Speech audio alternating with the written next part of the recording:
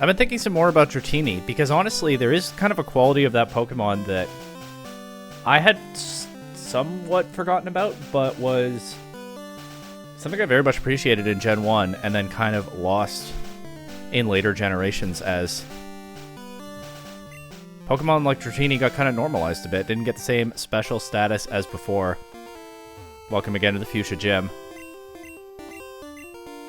Best explanation we're getting of Toxic. Anyway, let's look at Iris, my Dratini here.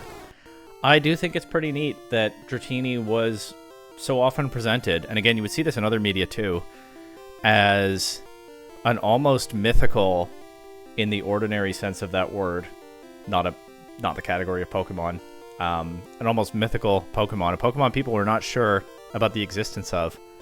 It does kind of make it extra rare and special, and I feel like rare Pokemon don't have that feel to them anymore in the modern games. To some extent, I'm just not a kid anymore, right? And I can just look up where to get any rare Pokemon. Even if it's a new game, it's all been data mined and stuff. But, yeah, the idea of a Pokemon that people weren't sure of the existence of, its evolutionary line are the only Dragon types in the whole game. They have extra, well, Dragonite has extra special high stats for a non-legendary Pokemon. The Dragon type is kind of mysterious and powerful. Remember, Dragon is only weak to Ice in Generation 1 because there's no Fairy type, and there are no actual Dragon type attacks. The only, well, that do Dragon type damage. The only one is Dragon Rage, which does fixed damage. That also does actually make Dragons a little bit less broken because there's no Steel type in Gen 1, so if there were an attack that did Dragon type damage, nothing in the whole game would resist it. You think Dragon was nuts in Gen 5. But no, there's kind of a mysterious implication of power. And that part of it is maybe not aged super well, but Dragonite still has the stats. Dragonite has a wide move pool. It can learn all kinds of other types of attacks. It's weak to Rock once it's fully evolved, but otherwise only Ice. And yeah, mysterious and powerful as the only Dragon type, you kind of get the feeling that, like, because this is very much a world still learning about Pokemon, I talked about that last episode, people in this world don't know as much about Pokemon as they do in later generations. You get the feeling that nobody was quite sure the Dragon type was real at all until pretty recently. And now nobody's quite sure what it's capable of, just that it's probably very powerful. I talked up the Ghost type, my favorite type, in other episodes for standing out in kind of a special way in Gen 1 that gets necessarily kind of flattened over time as the series grows and evolves, so to speak.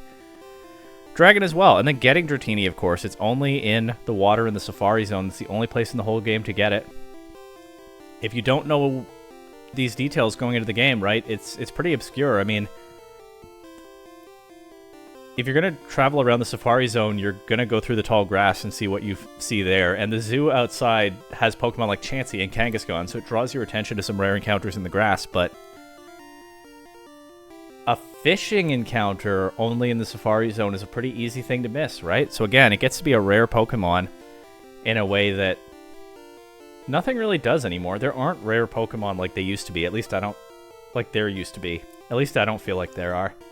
Especially with visible overworld encounters, which I do like. I think that was a good direction for the series to go. Again, some of the things I'm saying here, I'm not criticizing modern Pokemon games. I think they just sort of necessarily happened as the series developed, but you know, as things develop over time, there is something lost sometimes, and I appreciate that Dratini gets to be this extra rare, extra special Pokemon in a way that you don't typically see anymore for anything other than actual legendaries. What is a little bit silly is, without Dragon-type moves for it to fall back on, with some idea needed of how to make it, of what powers to give it, how to make it sort of unique and stand out and function in its own way while still being pretty weak in its first stage. They made it like the best rap spammer. With Thunder Wave, so you get extra room to spam your raps. That's a little bit silly. Welcome to Kanto Revisited, of course. This is episode 6. You probably know by now, this is a slowed-down playthrough of Pokemon Red, taking time to properly explore once again after 30 years. The rest of my team right now consists of... well, that's not what I meant to do. I can move boulders now. I didn't mean to do that either. By the way, first episode on the new mic setup. I hope it sounds okay. I'll play it back later. I did a quick test recording, and it sounded okay to me. But I don't understand audio at all. Got Kiawe the Marowak. Finally, with a way to hit flying types. Ash the Pikachu, a Pokemon that I honestly thought I might have dropped from the team by now, but at this point, Pikachu is so weak in Red and Blue, and this one is so nicely mirroring Ash Ketchum's story with the early game plot armor into some struggles. I think we got to get all the way to the end and make this guy a champion. I'm invested in the Ash the Pikachu underdog arc, but it's going to be tricky. We got Iris already, we looked at her. Fuji the Mew, obtained via the Mew glitch, not under the truck, but there are ways. Got that Egg Bomb TM last episode. Salesman the Gyarados, who's probably looking pretty well positioned to be the MVP of quite a long stretch of the game at this point, and will be able to carry me across water now. And of course, Red the Venusaur, the early game MVP, carrying me through a lot of battles. It is finally time to go and explore the big metropolis in the middle of the region that I have actually already been to, just to make it a fly spot, but have not gone and explored it all yet. Let's see what this guy has to say. It's amazing how Ninja can terrify even now. It's like old times. Or they haven't lost a step. I don't know what I'm saying. So I do want to do that, but I do have some more areas to explore first, now that I've unlocked Out of Battle Surf. And I have the tools to do a couple of in-game trades that I haven't done yet, and want to. I'm not doing every single in-game trade in the game, but in Red version, and Blue, and probably Yellow, there are some Pokemon that can only be gotten from in-game trades, so I do generally want to get those. I actually don't want to use Bill's PC just yet. I'll get my Fly user out later, but I don't need to fly right away. I'm going to do the routine, deposit items that I don't need to be carrying around. I don't know how many I've got to deposit here. I could get rid of the bicycle, but I have been using the bicycle occasionally. So I think I'll hold on to it. I'll deposit the Poke Flute.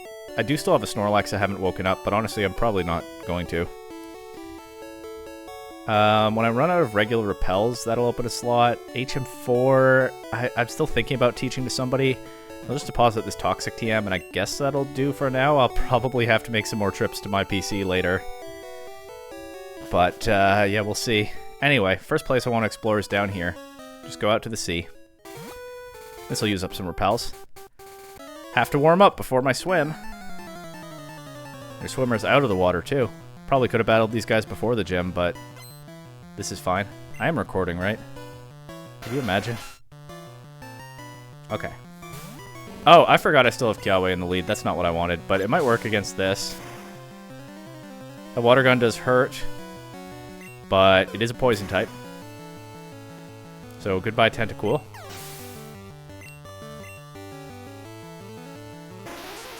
And even a Pikachu should be able to beat this. Shelder has, I think, really low special. And of course, it's weak to Thunder Shock. That Aurora Beam didn't hit too hard. No stab on that. I don't know what Pokemon... Uh-oh. It's the wrap of water types. Well, Ash might be cooked. I don't know what Pokemon I want to prioritize out on the water here. Ash would make sense, but so would Iris, because it's just generally a good idea to be training Iris right now. I'll probably lead Ash. That could mean some trips to the Pokemon Center for sure, but it is what it is.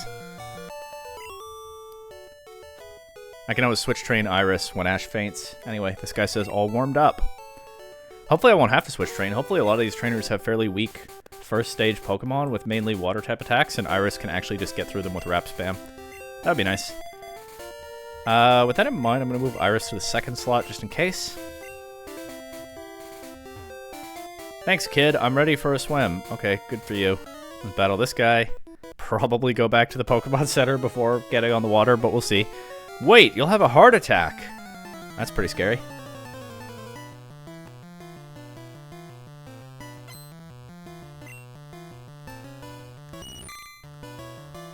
That Goldeen sprite is not getting old. I'm still amused every time I see it. Come on, Ash. Okay. Crit.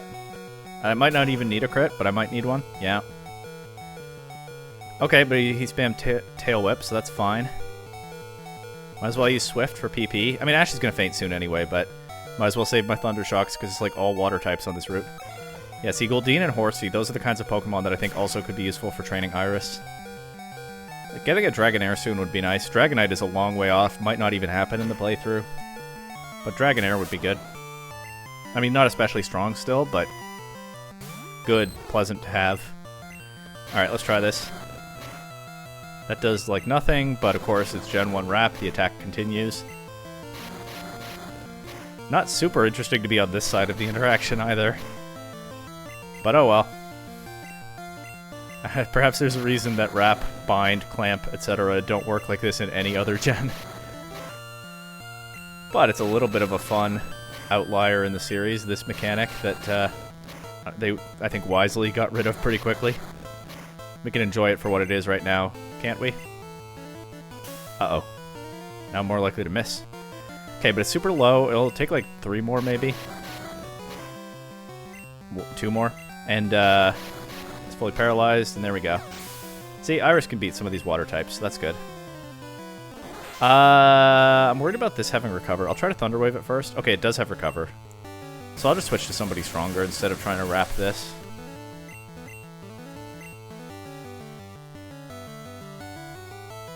Might as well get a little bit of experience for my grass type as well. Harden also would make this take a bit longer, but not if I use a super effective special attack.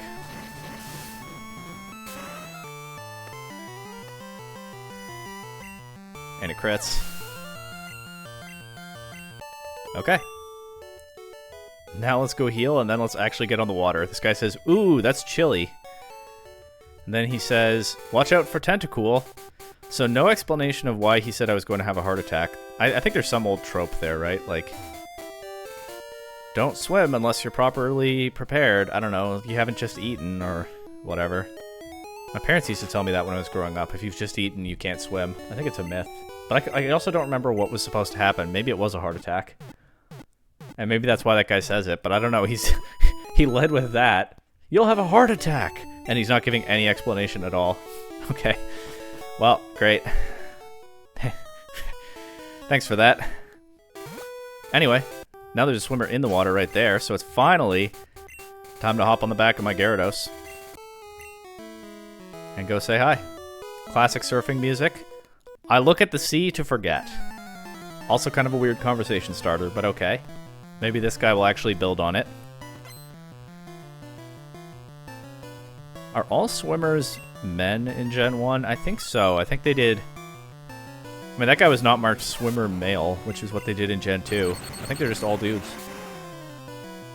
And then in Gen 2, they added swimmer female, like their Nidoran.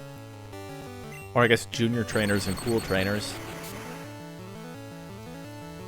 It is so rough that Thundershock is a 3-hit KO on these things. What are you doing, Ash? Well, that's why I'm invested in the underdog story, right? I want to make Ash a champion. And not take 7 regions to do it. Water gun hits pretty hard too. Why do I not just evolve this Pikachu? Am I committed to the bit that hard? No, I'm not. In fact, you've noticed, or you remember that I'm carrying around a Thunderstone in my bag. I just want this guy to learn Thunder, basically. He's not going to get Thunderbolt by level up. In yellow, Pikachu gets that, but not in red and blue. But, I think Thunder is probably a TM in Gen 1. I'm actually not 100% certain, but I'm also not 100% certain how many copies of it I get. Good chance it's only 1. So if Thunder is available by level up, I might as well hold out for that. Anyway, after talking about looking into the sea to forget, this guy says, ooh, traumatic! Seems a little, weirdly excited about that. I'm looking at the sea to forget. Okay, this guy's been through some stuff, and we're not going to find out what it is, and that's fine. That's his business. But his 3 lines total, 2 of them are about looking at the sea to forget, and the third one is, ooh, traumatic. So I hope he's okay. He's processing something. Or not processing it, avoiding it. Anyway, I love swimming. What about you? Well, given that I can't enter water at all unless a Pokemon is carrying me, you might be able to puzzle that one out. Ash is so low already. This is so rough. Okay, nice crit. Nice crit, except it didn't KO. Please, Ash. Learn Thunder soon. I don't remember what level it is. Back-to-back crits, though. That's that plot armor I was talking about. Oh, dear. Okay, let's see. Let's try a Thunder Wave.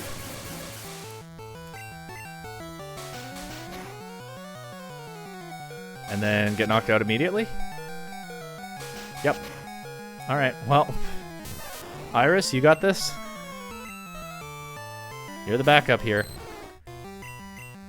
Okay, maybe I won't go back to the Pokemon Center every time Ash faints. Maybe I'll go back to the Pokemon Center when Ash and Iris have both fainted. I think that's fair and reasonable. I'm missing my wraps. I'm getting slapped.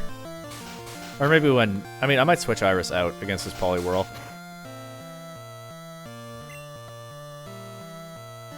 I'm gonna try a little bit more. Maybe I shouldn't. His 4 hits would KO Iris now, and a Poliwhirl would be good experience, I would think. Even switching out. But let's see.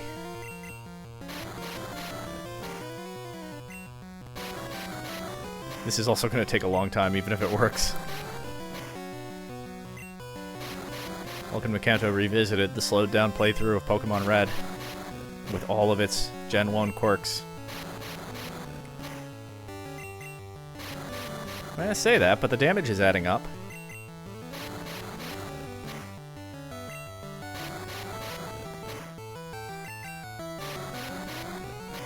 The Poliwhirl is not able to do a whole lot so far. Again, 1 4-hit double slap ruins this, but let's just hope that doesn't happen. Thunder Wave and Wrap, kind of a broken combination. I think in Gen 1 OU, some players have actually run Dragonite with that combination. It's not like a metagame staple, but I think it does show up in competitive play. Or at least it used to. I keep talking up that Dratini is weak as the first stage, and that's true for the most part, but yeah, Thunder Wave and Wrap actually looking pretty broken, huh? Alright, still 8 levels away from Dragonair, though. Belly Flop. I can beat Pokemon at swimming. Whether that's impressive depends a lot on what Pokemon it is. You're a better swimmer than a Golduck or a Poliwrath? That's amazing. You're a better swimmer than a Graveler? I tried diving for Pokemon, but it was a no-go. Yeah, that's a different HM, dude. And we're 2 gens away from discovering it. Okay, Goldeen. Should I just always Thunder Wave with Iris? I think probably yes. Okay, we dodge a Horn Attack. I think that's a 100 accuracy move, so I think that's one of the old 1 in 256 or whatever it is. Chance that every 100 accuracy move has to miss in Gen 1 only. Lucky me. Lucky you. You get this viewing experience a bit longer right now. I don't know that Horn Attack was going to KO outright anyway. This is actually super broken. So much for Dratini being weak. Maybe I should take back what I said. I don't know if I've ever played Gen 1 Wrap Spam myself before. I'm not sure I've had a playthrough where I did this. So, little did I know. Even though obviously I had some idea. Also, I talked up Wrap, Bind, and Clamp as moves that work this way. There is, of course, also Fire Spin. And yes, that one also works like this in Gen 1. So we'll probably become familiar with that soonish. Cinnabar Gym is not too terribly far away. Lots to do before then, though. I think a Horn Attack probably KOs. The Peck didn't, but okay, we don't have to worry about it. No Horn Attack taken. Okay, definitely switch out against this, because it has high defense and an Ice Attack. I only have 2 Wraps left on Iris. It might be time to go heal. I am burning through PP because it just takes so many attacks to knock anything out with that. It's just the opponents don't get many chances to hit back.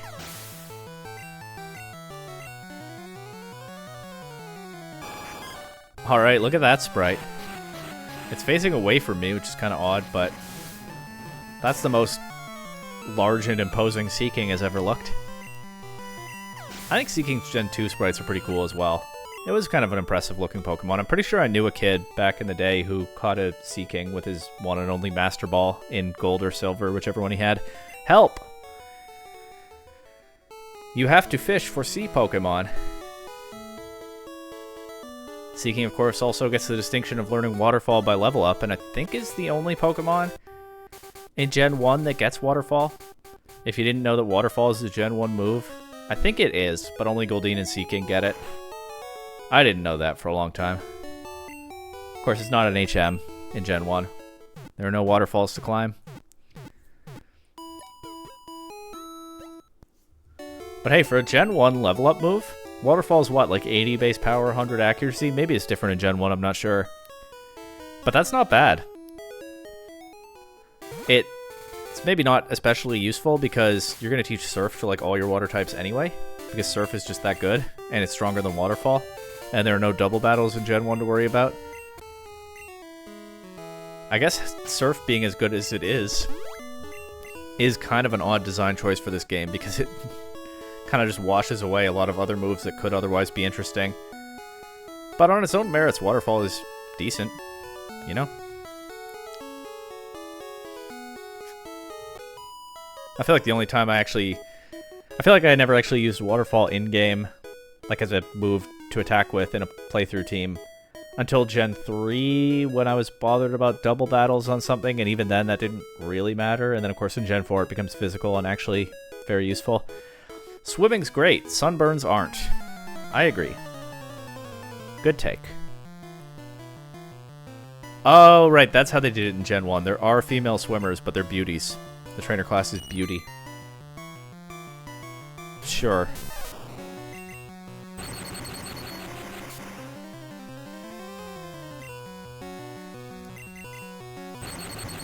Is that a 2-hit KO? It looks like it. Oh my god, Ash. Please. Okay, breaking through. Huge.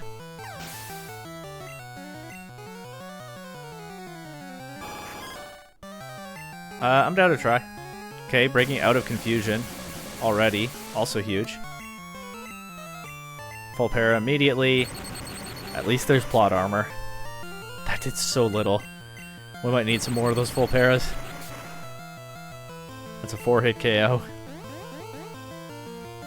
Crit here would do it though. Or, okay, I stand corrected. I got the crit, but it didn't do it. Oh well, still won. Not punished, this time at least. Level 30.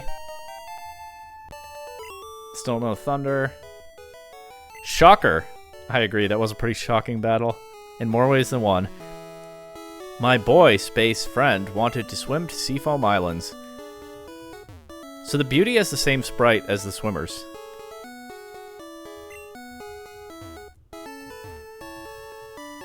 That's definitely not what her hair looked like in the battle sprite, and I know it's probably supposed to be a cap, but she wasn't wearing one in the battle sprite. Anyway, we've got this clump of 4 trainers, let's deal with all of them. I swam here, but I'm tired.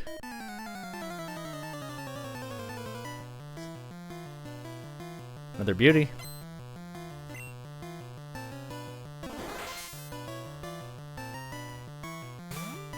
Alright, can I 2-hit KO these now? At level 30, please? Nope, doesn't look like it. That also means Recover will net gain HP for it if it wants to spam that, which is pretty annoying. But the para could help. It's not spamming Recover. Okay, we're fine.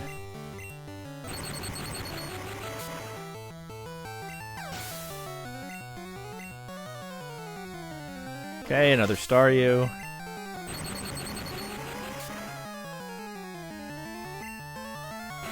Another 3-hit KO, unless I get a crit right here.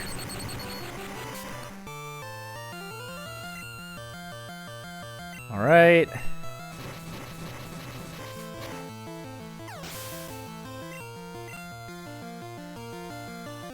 She says 3 Staryu. Sure. Thundershock, Thundershock, Swift. Good para. If this one wants to use Recover, the para will help.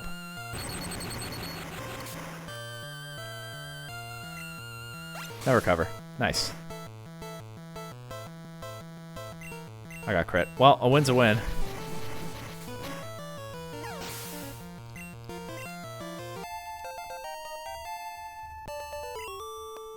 Level 31. Maybe now Thundershock is a 2-hit KO on some of these.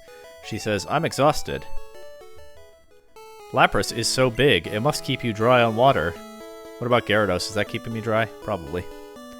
Oh, I just love your ride. Can I have it if I win? Excuse me? Salesman is not for sale. He does the selling. It's in the name. Okay, surely I can two-shot this. Also get hypnosis-sized. Or knocked out. Uh-oh. Oh, what am I gonna do with you, Ash?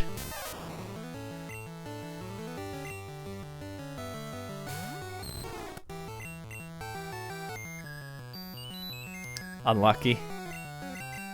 Okay, woke up immediately. Actually somewhat lucky, but then unlucky again.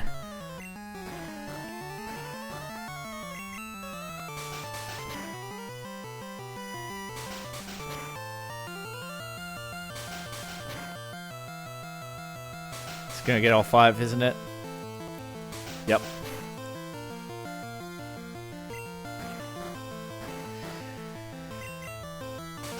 I should have switched there.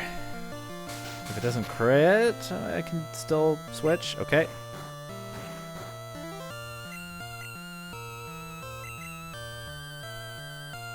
Is it gonna go for hypnosis? Yeah. Gen 1 AI knows what move you're using before it has to commit its own move, which is crazy, but that is how it works. So it knew I was switching in a Pokemon that was awake there. It's fine, though. It's not gonna knock out Red before Red wakes up. Yeah. Get the wake up turn. And then I guess just Razor Leaf sweep this team. That's what it's come to. 5 Pokemon could have been good experience for my weaker members, but it's not what's going to happen here. At least we got Iris to level up. Alright, so she had Poliwag and Goldeen. What else?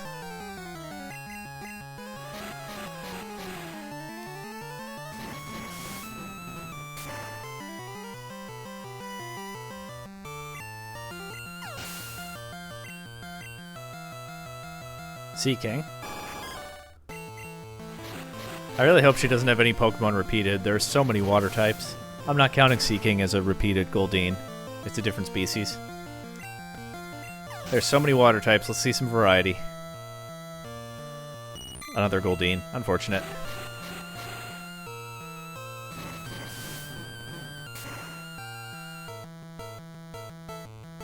And what's her last?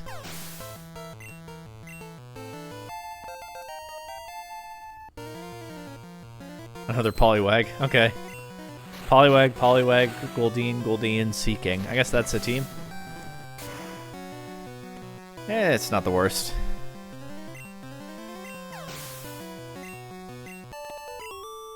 And as awkward as it is... Oh, I lost! As awkward as it is to beat 3 of those trainers and save 1 for later, it's time to go heal. It's still a long way to go to Seafoam Islands. Well, I'll go that long way, yeah, after another trip to the Pokemon Center. Because I want to be training my Pikachu and my Dratini right now, and one is unconscious, and the other one is, I guess, also unconscious in a different sense. And kind of close to the other sense.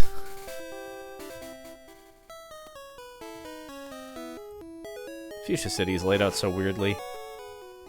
It's fine for where I'm going right now, but why can't I just go up here from the right? You know? That was the way I first arrived in this city in this playthrough, which I'm sure is not what Game Freak was expecting, but was a completely obvious, valid option that they gave. Oh, right, I can't just press A at the water. It's Gen 1. I have to do this every time. Anyway, at least I'm using up my regular repels, which is good now that I have super ones. This is how I explore water areas in these older games. I keep the border just in view. Then, you know, I see a trainer or something. Alright, let's go talk to them. These waters are treacherous. This guy's a swimmer.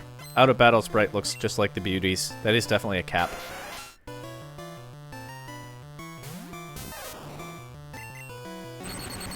Come on, Ash. Please don't get poisoned by this. That would be annoying.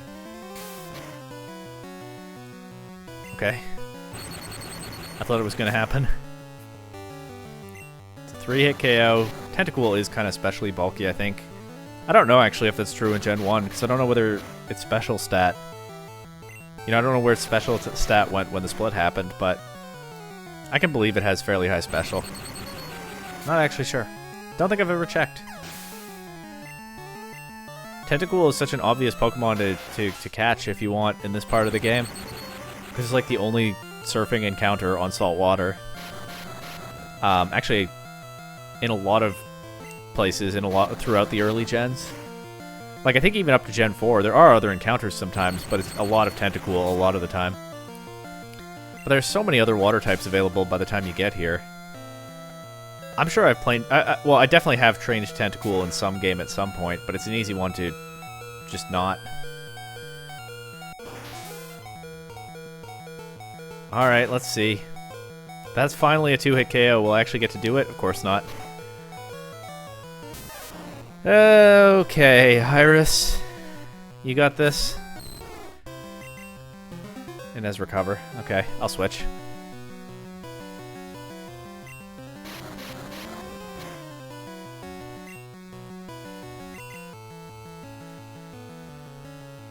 I actually wasn't certain that I'd be able to switch out of Rap even as the user, but apparently so.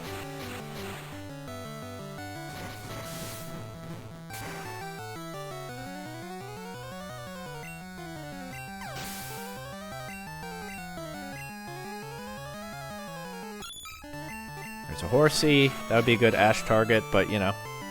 The best Ash target is Shelter. If he has a Shelter, I'm going to be annoyed. His Shelter should just fold to Thundershock. Okay, he doesn't have one. He has a Tentacruel. That's a bit of a more serious Pokemon. Look at that Sprite. That Sprite is pretty serious. If I had remembered Tentacruel's red and blue Sprite, I might have considered actually training one just for the Sprite. Like I considered that with Golbat. But once again, I don't think that's what I'll be doing here. But there you go. Good reason to use that Pokemon right there. Don't think I've ever seen it in a pose like that any other time.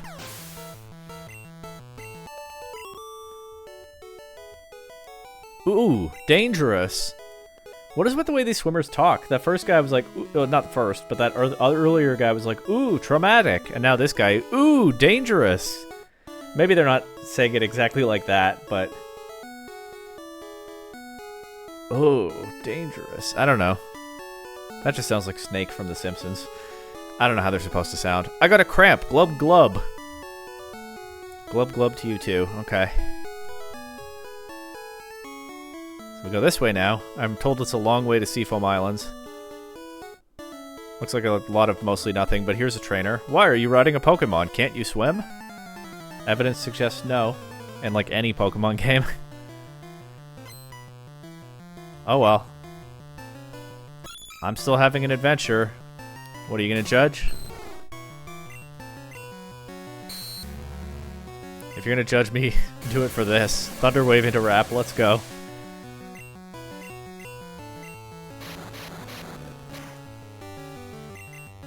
I'm noticing that the Rap animation and the Thunder Wave animation, paralysis in general, have those squiggles on the sides. The same ones for both, so I guess that's the marker of the opponent can't move.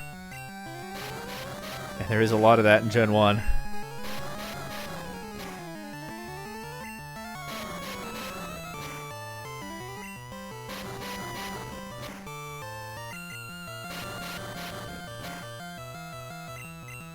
It's fun. It's so funny to be able to do this with Rap when it's such a weak move in like any other generation. I honestly am enjoying it more the more of it I do, but hopefully there won't be too much more. I think there's going to be a curve there. I'm enjoying it more over time, but I think eventually I'll enjoy it less over time. Well, here's another Horsey.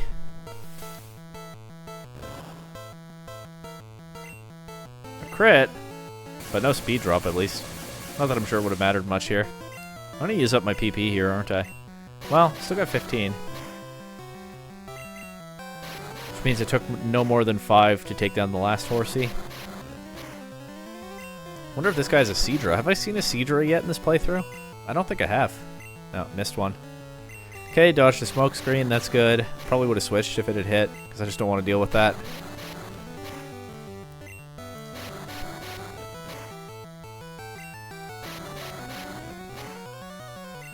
There's something kind of satisfying, actually, about just watching its HP gradually tick down like that. Obviously, it takes a while, but I don't know. It does feel good somehow. I guess like I'm in control and there's nothing the opponent can do about it, which maybe some players would not enjoy as much, or would say indicates something wrong with me.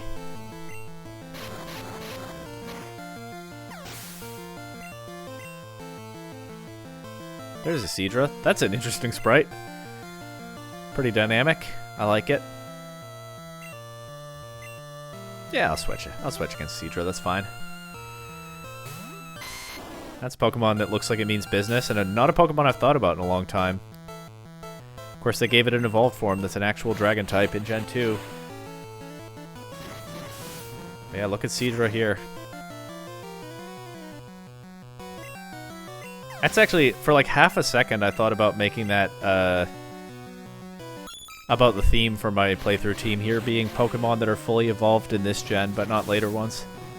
There are a lot in Gen 1, after, you know, Gens 2 and 4 and even 9 added some more evolved forms. Maybe it could have been a fun theme, but I wasn't really feeling it. And I think the theme I went with works a bit better for this kind of series. Maybe someday, I don't know. I have a lot of theme playthrough ideas and stuff that I'll probably never actually do. But anyway, ouch, torpedoed. Riding a Pokemon sure looks fun. Agree. The water is shallow here. Does that mean I'm close to the islands? I was told it was a long way.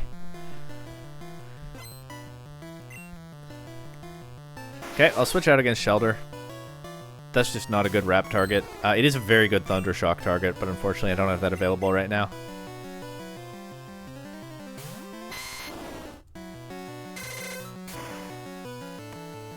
Yeah, super effective, but doesn't do much, but it would do a lot to Iris, I would think.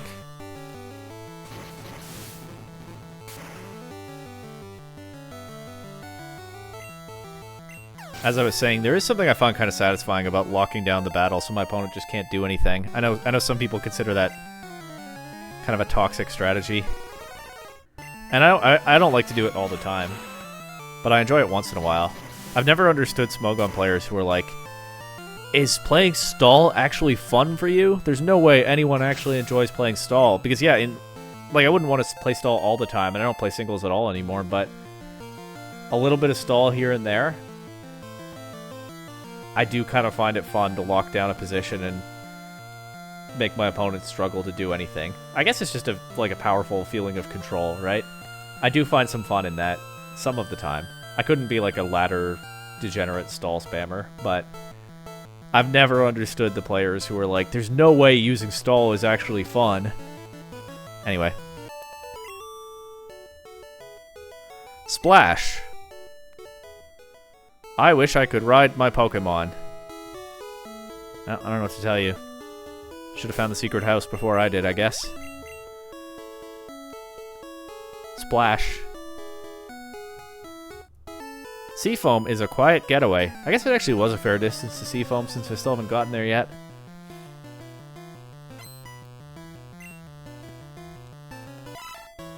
Level 30 Seadra. I could try this, but I don't think I need to.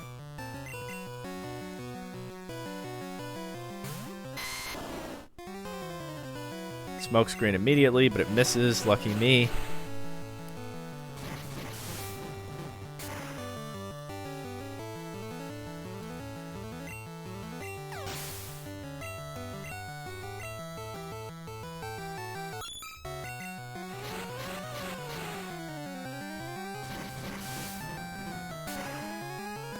Goodbye, Horsey. Are there any interesting water types around here that I haven't seen yet? I guess if someone brought out a Kingler, but I don't know if a swimmer or beauty water form would use Kingler. But that's an interesting water type around here that I don't think I've seen yet in this playthrough. Got some decent variety, though. We've seen Tentacruel, Seaking, Cloyster, Seadra, the Prevos. Nobody's brought out a Starmie yet, but obviously Misty had a Starmie. But yeah, some decent variety on the trainers here, considering that they're all using water types. Quit it! I do like how later gens modified some of these water routes so that there are also trainers standing on land that use other kinds of Pokemon. on like little patches of land in the sea. I like the Ace trainers in Omega Ruby and Alpha Sapphire who are also riding Pokemon and just have varied Ace trainer teams. I think that's a nice touch. But not bad variety for everyone here using water types. So it works pretty well, even in this original form. There's a huge cavern underneath this island. We must be close to the island if they're just saying this island. All I see is seawater, though. All around me. Oh, yeah, the island's right there. Okay. Seafoam Islands. One cave accessible from the other side, one cave accessible from right here. There's a trainer right here, so let's hop on the water just for a second. I love floating with the fishes. That's nice.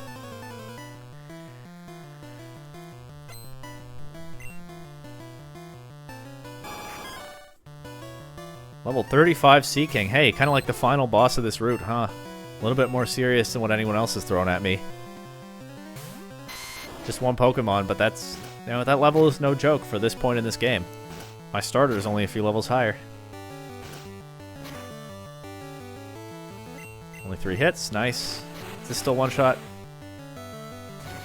And again, Seeking looks... Seeking honestly might be an... Okay, Chris. Seeking might be an understated victim of the move to 3D. It's really... I guess it was getting kind of rougher even as sprites, 2D sprites improved, but Seeking's really early sprites look pretty cool in a way that have just not really held up for that Pokemon. Although it's still kind of a fun Pokemon. It's not like a groundbreaking design, but it's pleasant enough, and it's a water type with Lightning Rod, which it's not like super viable in competitive play, but it has shown up occasionally with a certain kind of gimmicky niche. Anyway, youch! Want to float with me?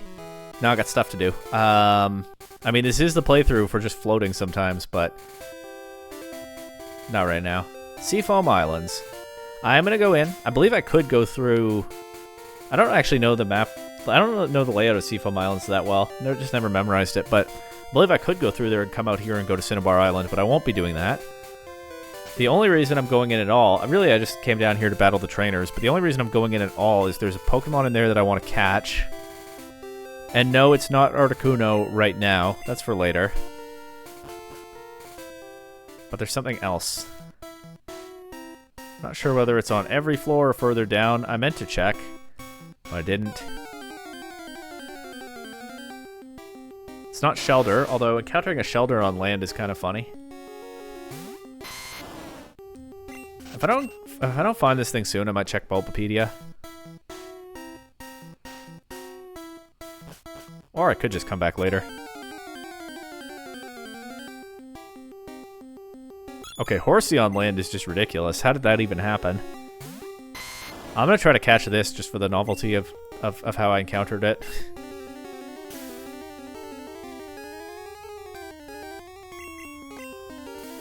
Do I have a Pokemon named Misty yet? I feel like I'm always forgetting whether I have that. Does anyone else use Horsey? Claire? Juan? They both use Kingdra.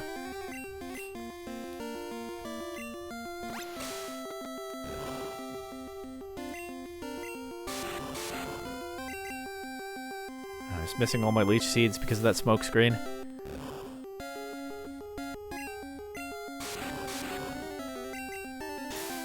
Again, I don't even really have any particular reason to catch a Horsey. I just think it's funny that I encountered one on land.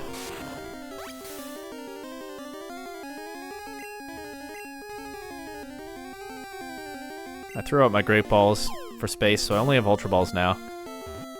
Still an interesting looking animation as you throw one of those. Horsey was caught. Known to shoot down flying bugs with precision blasts of ink from the surface of the water, and it is classified as the dragon Pokemon, as is Seadra, but not a dragon type until it evolves into Kingdra in Gen 2 or later. That is its party sprite. I suppose that's reasonable by Gen 1 standards. And, yeah, I'll name it Claire.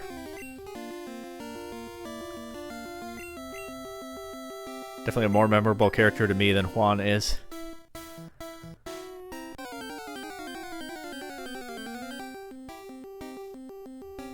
Okay, that's closer. I'm looking for Slowbro. I might as well just say it. And so that seems like a Pokemon that might be encountered further down, if this area makes that kind of distinction at all.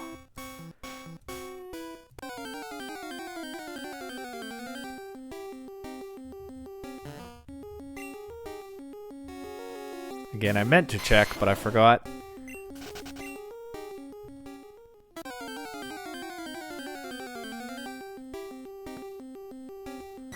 Well, there's something I could catch. Maybe later. But hey, if I want to train a Golbat purely for the sprite, I have the option there. Okay, I'm gonna open up Bulbapedia. I know that's not the best content, especially when I don't show it to you, but I want to be sure I'm not wasting my time here.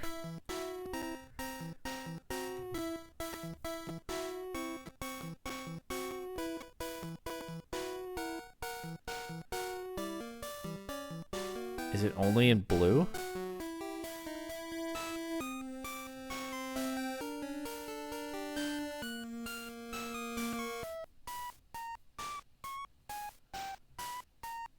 No, it's a 1% chance on this floor. Let's try at least a little longer. I was right to come down here, but it's still very rare. I could evolve a Slowpoke. Do I have a Slowpoke already? Yeah, I do. I named it Warden. Caught it in the Safari Zone. Now that's a nice Pokemon. Look at that tongue. I do genuinely really like Seal. I don't get the criticism that it's just a seal with a horn. That's true, but it's cute.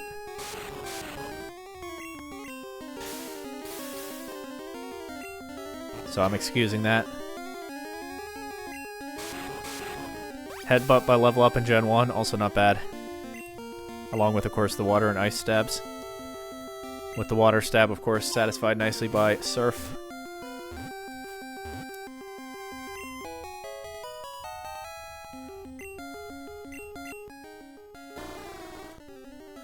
The protruding horn on its head is very hard. It is used for bashing through thick ice. What am I gonna name a seal? I'm gonna name it Daisy, after one of Misty's sisters from the anime and the one who is sort of somewhat the leader of the trio. Because they had a seal that evolved into a dugong. That was vaguely memorable to me. I don't know if I'm going to stick this out looking for Slowbro. I want it for an in-game trade. I think it's Lickitung that I get back, so honestly, that does feel kind of worth it. I want a Lickitung, and I believe that's the only way to get one in this game.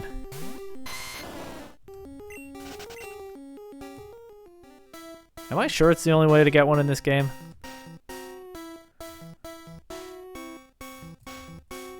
I'll get more encounters if I get on the bike. One sec. While I have Poke Earth open.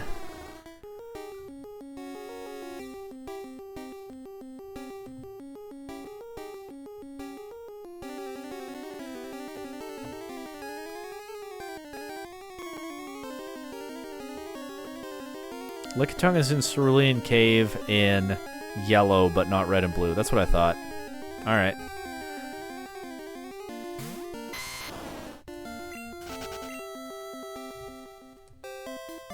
I could cut the recording until I find one.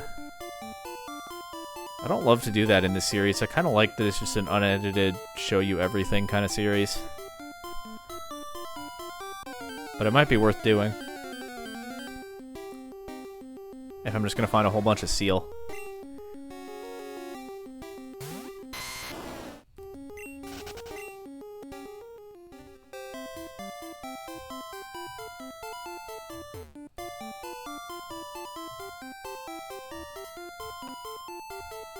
It's also taking a while to get an encounter sometimes.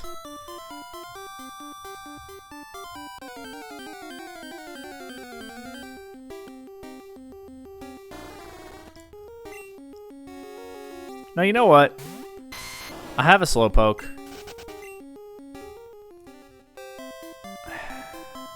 It's just gonna be a nuisance to evolve it.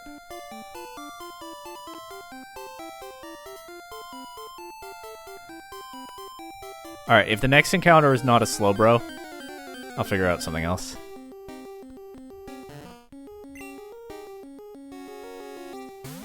Seven levels from evolving. I might find enough rare candies in the playthrough to just do that. Let's catch this other Slowpoke. That's probably at a higher level than the one I already have.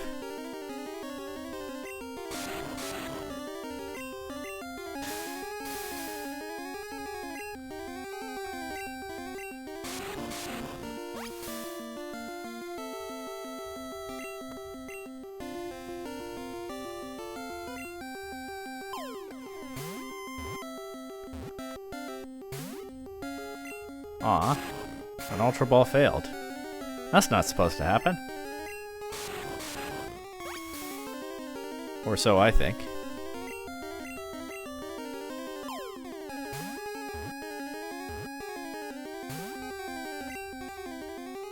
It's fine, of course.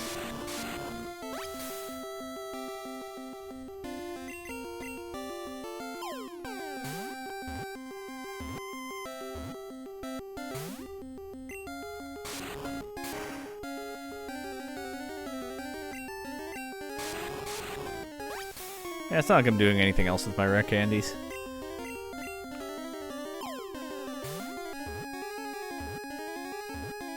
Hey, I caught some other Pokemon while I was here. That's kind of fun, I suppose.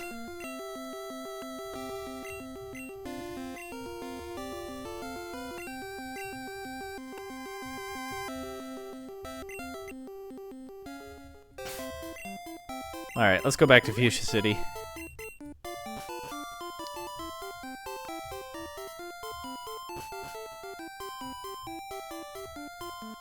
This way.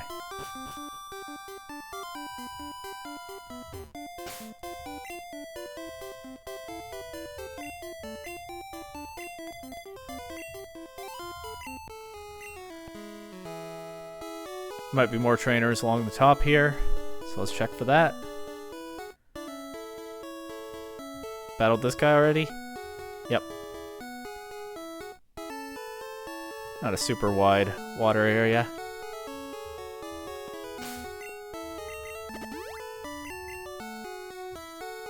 Definitely battled that clump of trainers already. Ah, there might not be any more. Oh, there's this guy. What's beyond the horizon? I'd say Johto, but we're at the wrong end of Kanto for that.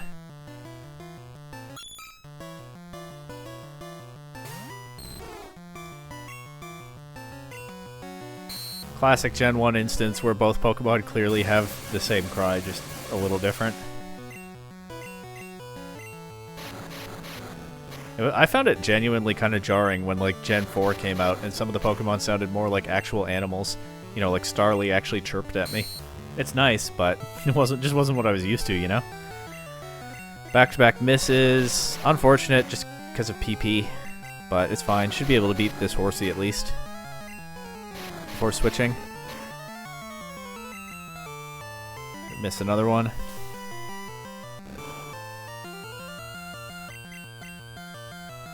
Hopefully I'm getting that out of my system right now. That's 4 misses and like 5 wraps. This might feel like justice if you're not a fan of the rap spam gameplay. But it doesn't feel like justice to me.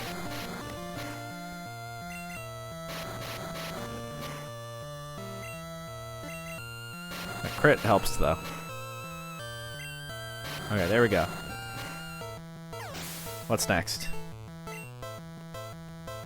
4 Pokemon. I'm just gonna switch now. I haven't egg bombed anything yet this episode.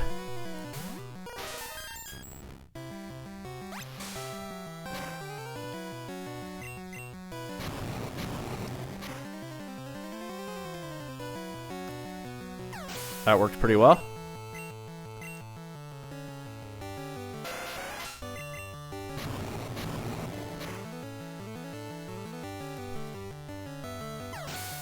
And his last Pokemon is...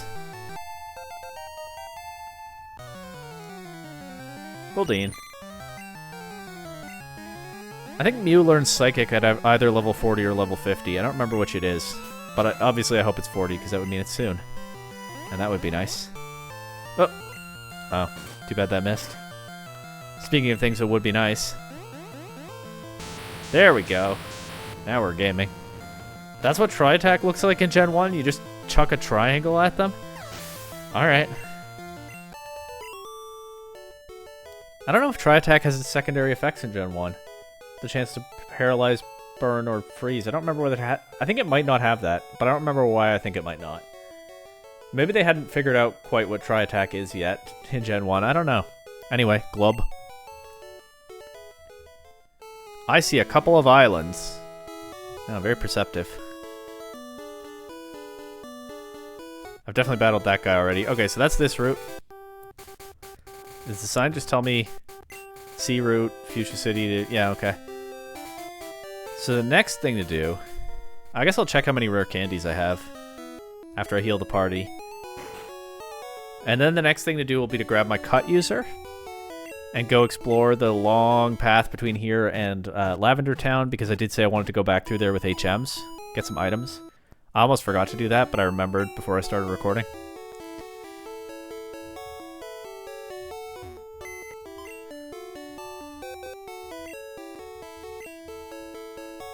Four rare candies. I might be able to find 3 more in the later parts of the game. And if so, we can go ahead and get a Slowbro. But for now, pause it red in the PC. Clear a spot for an HM user. I think I'm gonna have to change boxes.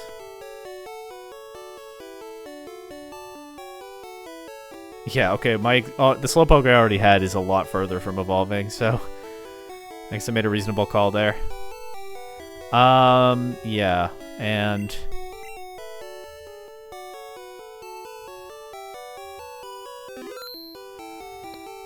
it's Erica the Oddish, right? That knows cut.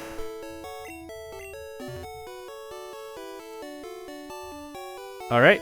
Quick tour through... I'll get on the bike after the gatehouse. Through that area that I went through.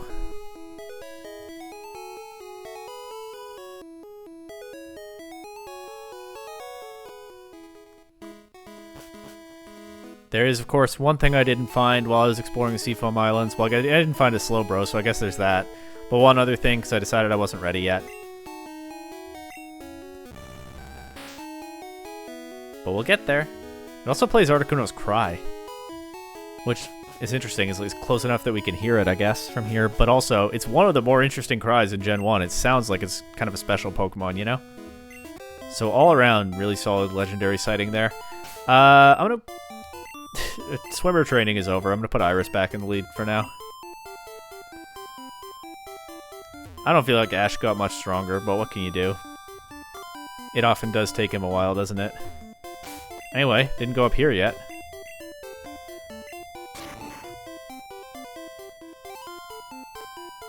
I think in other gens, I was gonna say there are trainers up here. Looks like there's one trainer this time. TM20.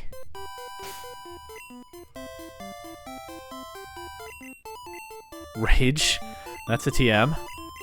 For some reason, and for some reason it's available this far into the game. And not earlier. I feel like Rage could be pretty broken much earlier in the game. But anyway. What's cool? Trading Pokemon. I don't know why I said that like that. What's cool? Trading Pokemon. That's better.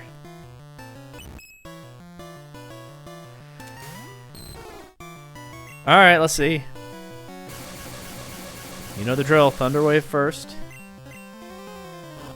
And then switch, because I'm not dealing with that with a wrap.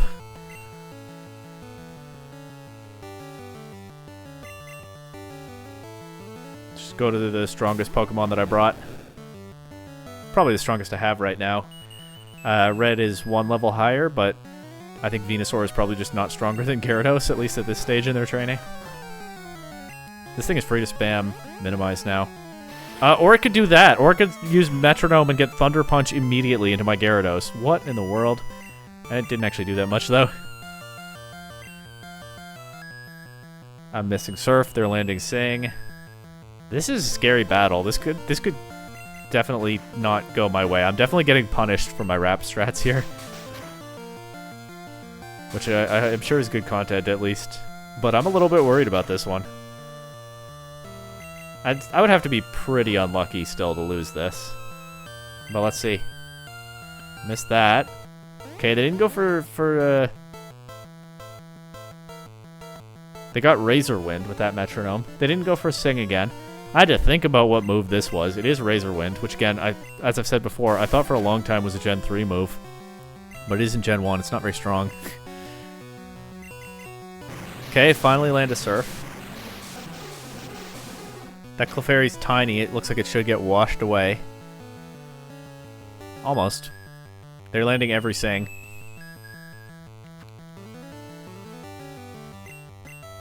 Okay, woke up immediately.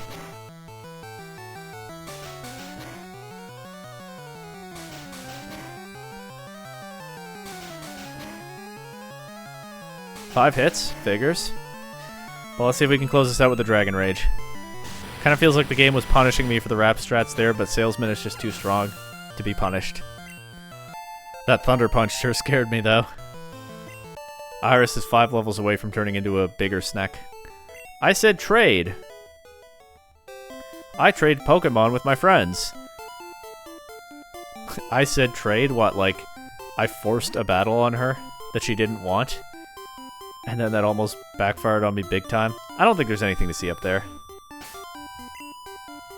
Just a patch of grass with some wild Pokemon, I think. There could be like a hidden item, but if there is, I don't know about it.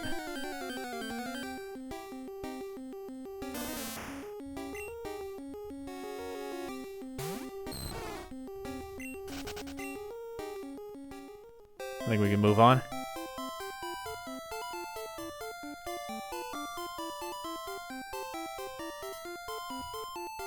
Through the fence maze. One of my favorite parts of Kanto, because just like, what on earth is it doing here?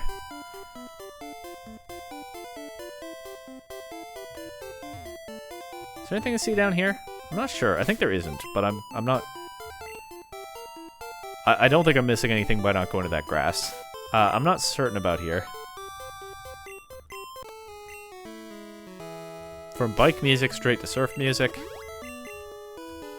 Nope. Nothing.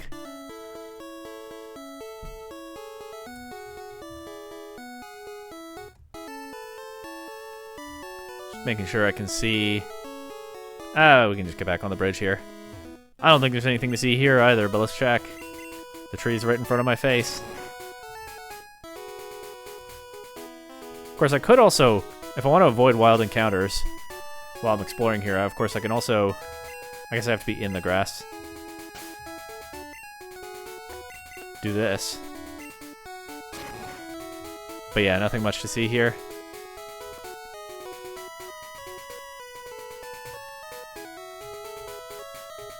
There's an item and a trainer. Let's go. You never know what you could catch. Is that what he said? I feel like I might have misread that one. He's a fisherman, he probably said that. He's got a Magikarp. I'll spare you the rap spam into this.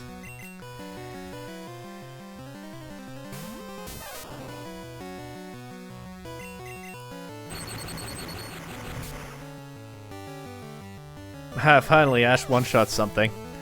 Just takes the Pokemon designed to be weak for that to happen, and the guy who said you never know what you catch. 2 Magikarp, that's his team. I cut down a tree to battle this guy. Well, anyway. Lost it. That's funny, the tree spawns back in after the battle. Oh, Gen 1. I'm gonna have to cut it down again, just to leave. I catch Magikarp all the time, but they're so weak. Iron. Sure. That tree grew quickly.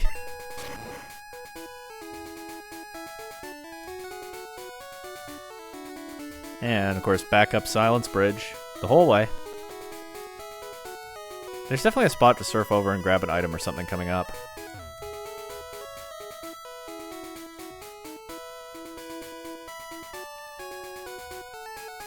think I'm done with Cut for now, though.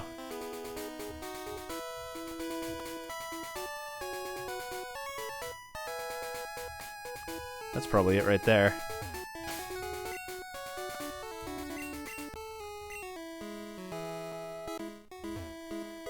TM16. I hope that's a good one, considering the trouble I went to for it. I went out of my way to get a TM that contains Payday. Well, you know, under some circumstances that could be useful if I need the money. But right now I definitely don't.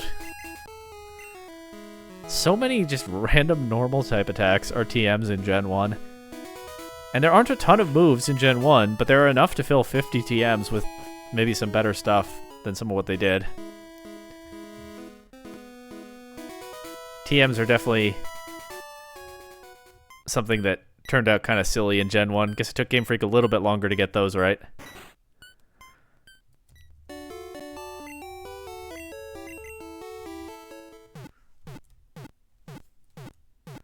Okay, next thing I'm going to do,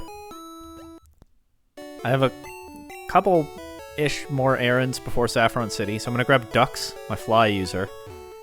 I'm going to zoom around a little bit. Once I go to Saffron City, there's a lot to do there, but it is the whole rest of the episode, but yeah, just a little bit more to do before that. I don't have a Slowbro yet, but I do have some other in-game trades that I want to make. And so the first thing to do is fly to Celadon City, where I can use my Super Rod to catch a Poliwhirl. I did not check the encounter rate for that. Maybe that's not going to be worth it, but I can get a Jinx for a Poliwhirl, so I think that's an interesting idea. Also, I think there's someone I didn't talk to yet across this water. Yep. Hello there. I've seen you, but I never had a chance to talk. Here's a gift for dropping by, TM44. Alright, can't wait to find out what this one is. Soft Boiled. What's the betting that only, like, Chansey and Mew can learn that? Actually, I don't think that's the case. I think there are other Pokemon that can learn it from the TM. Let me see.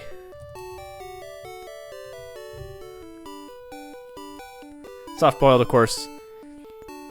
In battle works like Recover. I think out of battle, maybe you can use it to heal other Pokemon, as well as the user. Or is that just Milk Drink? Or is that not a thing at all and I just made it up? Maybe it's just a Recover clone. Okay, I stand... Nope, I'd stand not corrected. Clefairy and Clefable and Cleffa can learn it by Move Tutor in Fire Red and Leaf Green. But in Gen 1, yep, only Chansey and Mew. So that's now 2 different TMs I've picked up that are specifically for Chansey, Mew, and also Exeggutor with Egg Bomb. Why? That is 4% of all TMs in this game are just like for Chansey and Mew, and maybe Exeggutor. I should teach Soft Boiled to my Mew to keep up the bit, but for now, let's see if I can fish up a Poliwhirl. Not with that attitude, I guess.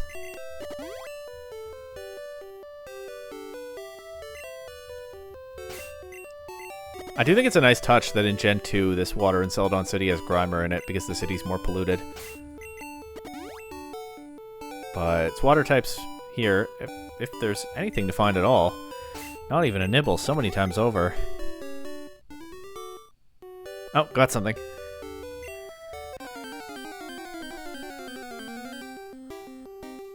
Oh, what do you know? First try. That went a lot better than getting a Slowbro. Oh, I don't have my Venusaur. Huh. Alright, well, I'll try this then to catch it.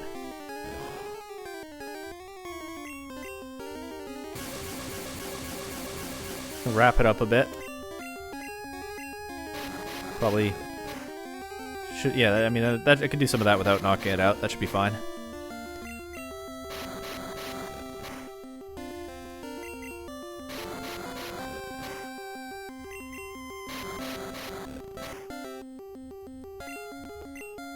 Alright, let's try a ball now.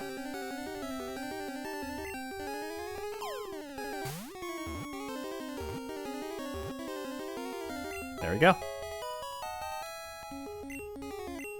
Now, I am going to trade this away. Capable of living in or out of water. When out of water, it sweats to keep its body slimy. I am going to trade this away, but I'm still going to give it a nickname, as I do in this playthrough. And Poliwhirl is, famously, the favorite Pokemon of series creator. That guy. Satoshi Tajiri. So, now, Cerulean City is where I trade that away.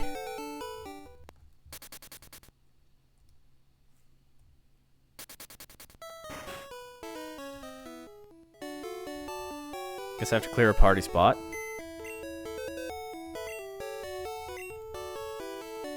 Some of these errands are a little bit unwieldy, but it's fine. Getting some stuff done here.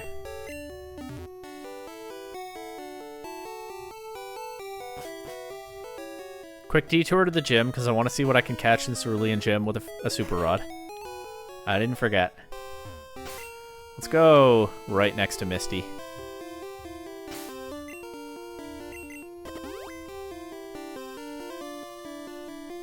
Let her see that I'm... Let's go right in front of Misty. Let her see that I'm catching the wild Pokemon in her gym.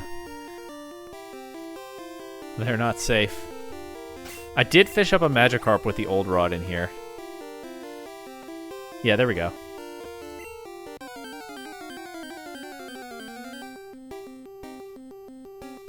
That's appropriate. Misty has one of these in the anime. I don't think I need to catch it, though. Can you surf in Cerulean Gym? I know in Gen 4 you can. In fact, I think you have to complete the puzzle in Gen 4. Yeah, look at that. Are there surf encounters in the gym? My guess to that is no. But you can fish things up in here, so who knows? Use Bubble Beam on an aquatic Pokemon. I think I figured out what I'm going to use that TM on, and I don't think it's an aquatic Pokemon. I think I'm going to ignore her advice. Can't use a rod while surfing in Gen 1. I don't think I'm getting any surfing encounters. Alright. Well, there we go. You can catch Goldeen in the gym. That's kind of neat, huh? Don't know if they intended that. I think the trade is... Might be in this house. Or it might be in the one higher up. Poliwhirl for Jinx. Let's go. That's Poliwhirl's... Okay, sure. It's got the bipedal party sprite. It makes sense, actually. By Gen 1 standards.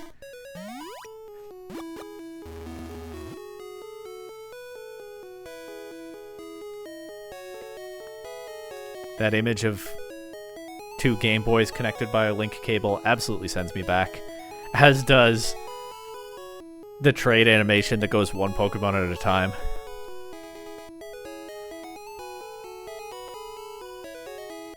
Same party sprite for Jinx, but we saw that one coming, right? And there it is. Controversial design. Too early in the series for them to have fixed it. Thanks. The Poliwhirl you traded to me went and evolved. Whoa. He used a Water Stone.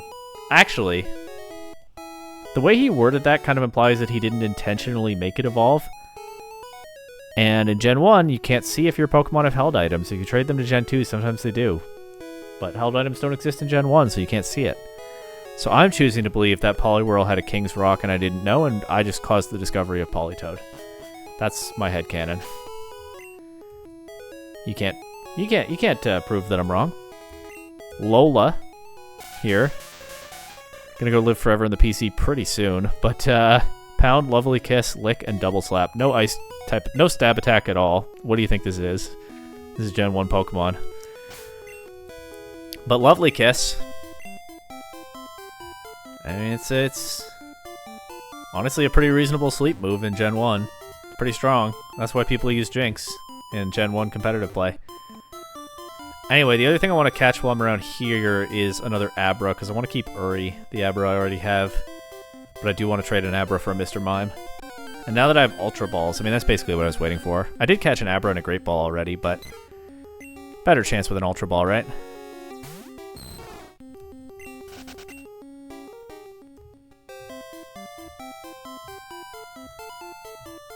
I could just trade Uri away if I get impatient, but let's try not to. Get impatient, you know?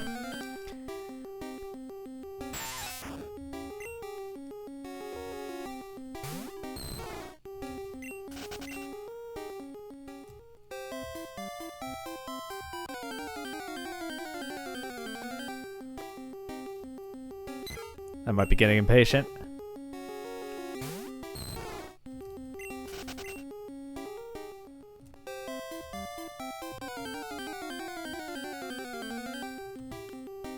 There we go. There's an Abra.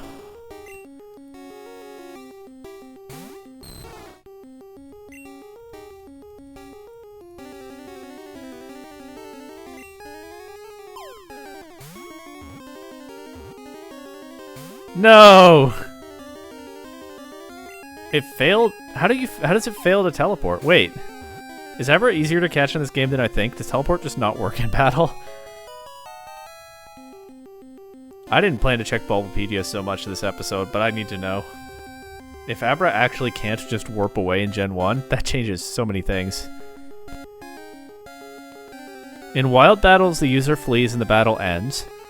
In trainer battles, teleport always fails. If the user's level is less than the opponent's level, there's a chance teleport will fail between approximately 10% and 25%, depending on the levels of the two Pokemon. The chance of failure typically increases the higher the target's level is than the user's. Okay, so... Alright, so I got a little bit of hacks there that I had no idea was a thing. I didn't know teleport ever had a chance to fail in any game. I'll name this Sabrina. Hey, that's the gym leader I'm fighting this episode. But Sabrina will not be with us for very long. Why do I keep doing that?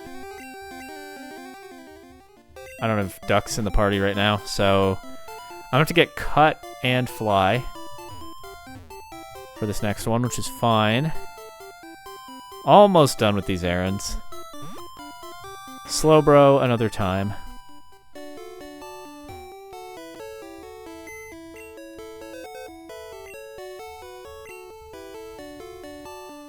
Deposit Lola.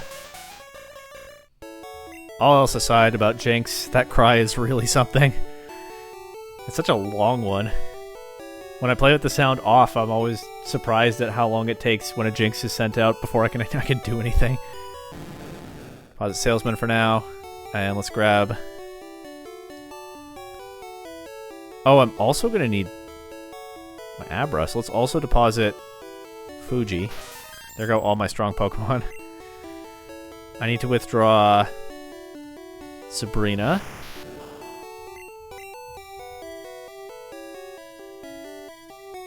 Erica. And Ducks. Can't do anything about the nicknames on the traded Pokemon, and hey, they're kind of fun. They don't fit the nickname theme, but there's nothing to be done about that. If I remember right, I think the Abra for Mr. Mime trade is near Viridian City.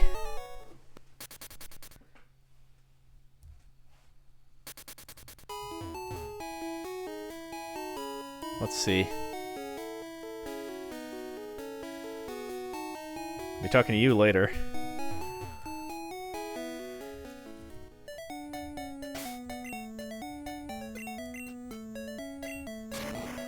Please don't get drunk again in the meantime.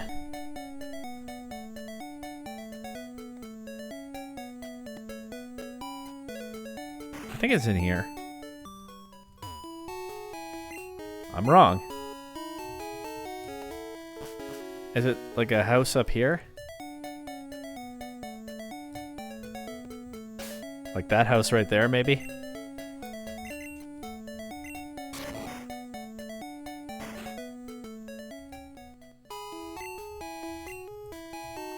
Not that guy. There we go, the guy with the weird head. I mean, with a Game Boy. But when I was a kid, I thought I thought these guys just had strange-looking jaws. Abra for Mr. Mime. Let's go. Connect the cable like so. Ah, that really takes me back a long time at this point. That cable could be kind of difficult sometimes. I remember I played all the way through Pokemon Colosseum and got Ho-Oh, and then the link cable that I had to connect the GameCube to my GBA at that point didn't work. And I never managed to get that Ho-Oh or my in-game team that I'd gotten kind of attached to out of Colosseum. It was very sad.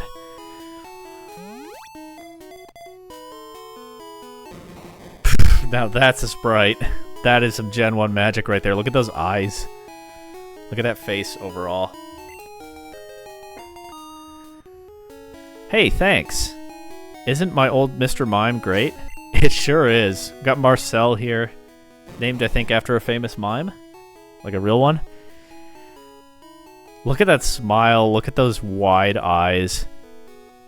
That is a... that is a Mr. Mime, alright. Confusion and Barrier. Level 12, because that's the level of the Abra I traded over. Should I train Marcel? I'm not gonna. I don't have room in my party for Marcel, but it's a little bit tempting. And I think that's all my errands for now. I think it is time to go. I've already set up the fly spot. To beautiful Saffron City, where surely everyone's having a good time and nothing weird and unreasonable is happening. Maybe Cycling Road is supposed to be a bridge in Gen 1. I mean, because 1, that's necessary for it to make sense, and 2, it's not marked as land on this map, I'm noticing. It's marked as a... I mean, it looks like a water route, the way it's displayed on this map. It doesn't look like a bridge, right? Like, when I went there, that did not look to me like a bridge. That looked to me like a bunch of land that didn't really fit with the overall picture of the region, but maybe it is meant to be a bridge. Or at least part of it is. Because actually part of the route is land, and then it turns into a water route on this map. Then again, this map also has Vermilion. This map also has Vermilion City not quite on the coast, so maybe I shouldn't overthink it.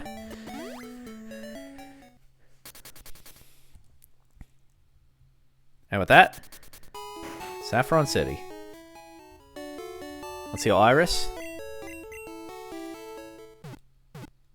Get the whole team back together. And then quite a bit to do in this city. We are in Poketokyo right here. I guess we kind of were already in Celadon, but this is the big city right here.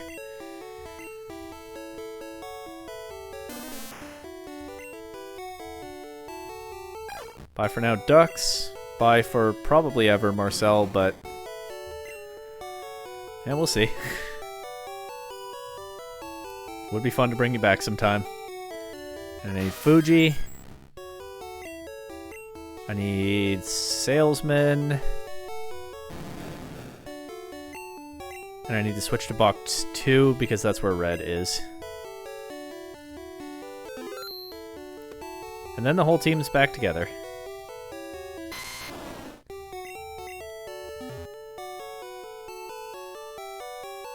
What Pokemon is Will?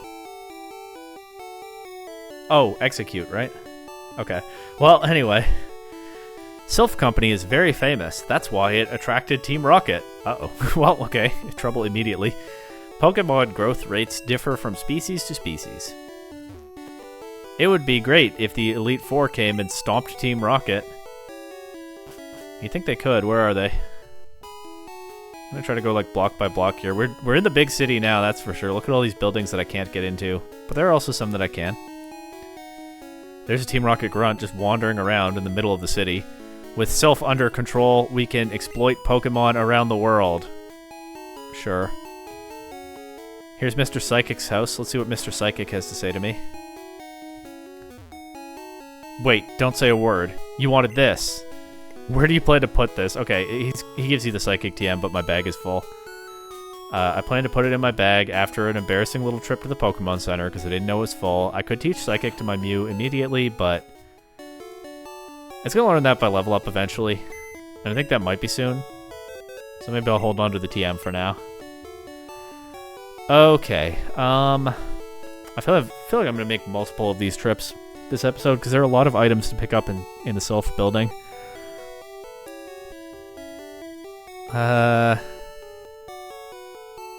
Am I ever using my super rod again?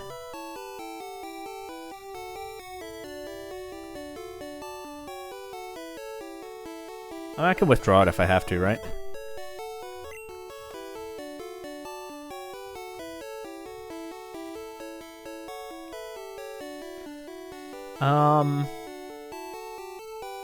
I don't think I actually want to teach this to anyone else.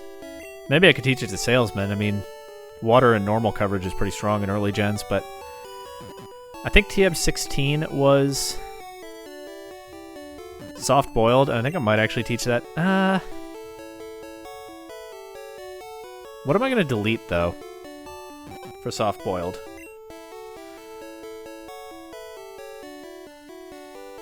Metronome? Transform? I don't know about that. I'll hold on to it for now. Is it the correct TM? 16? Nope, that's payday. Alright, I don't even remember which one was soft-boiled. I'll worry about that later. I'm going to do an inventory of all my TMs around the Pokemon League, I think, and see if I want to use any. So I'll consider soft-boiled then.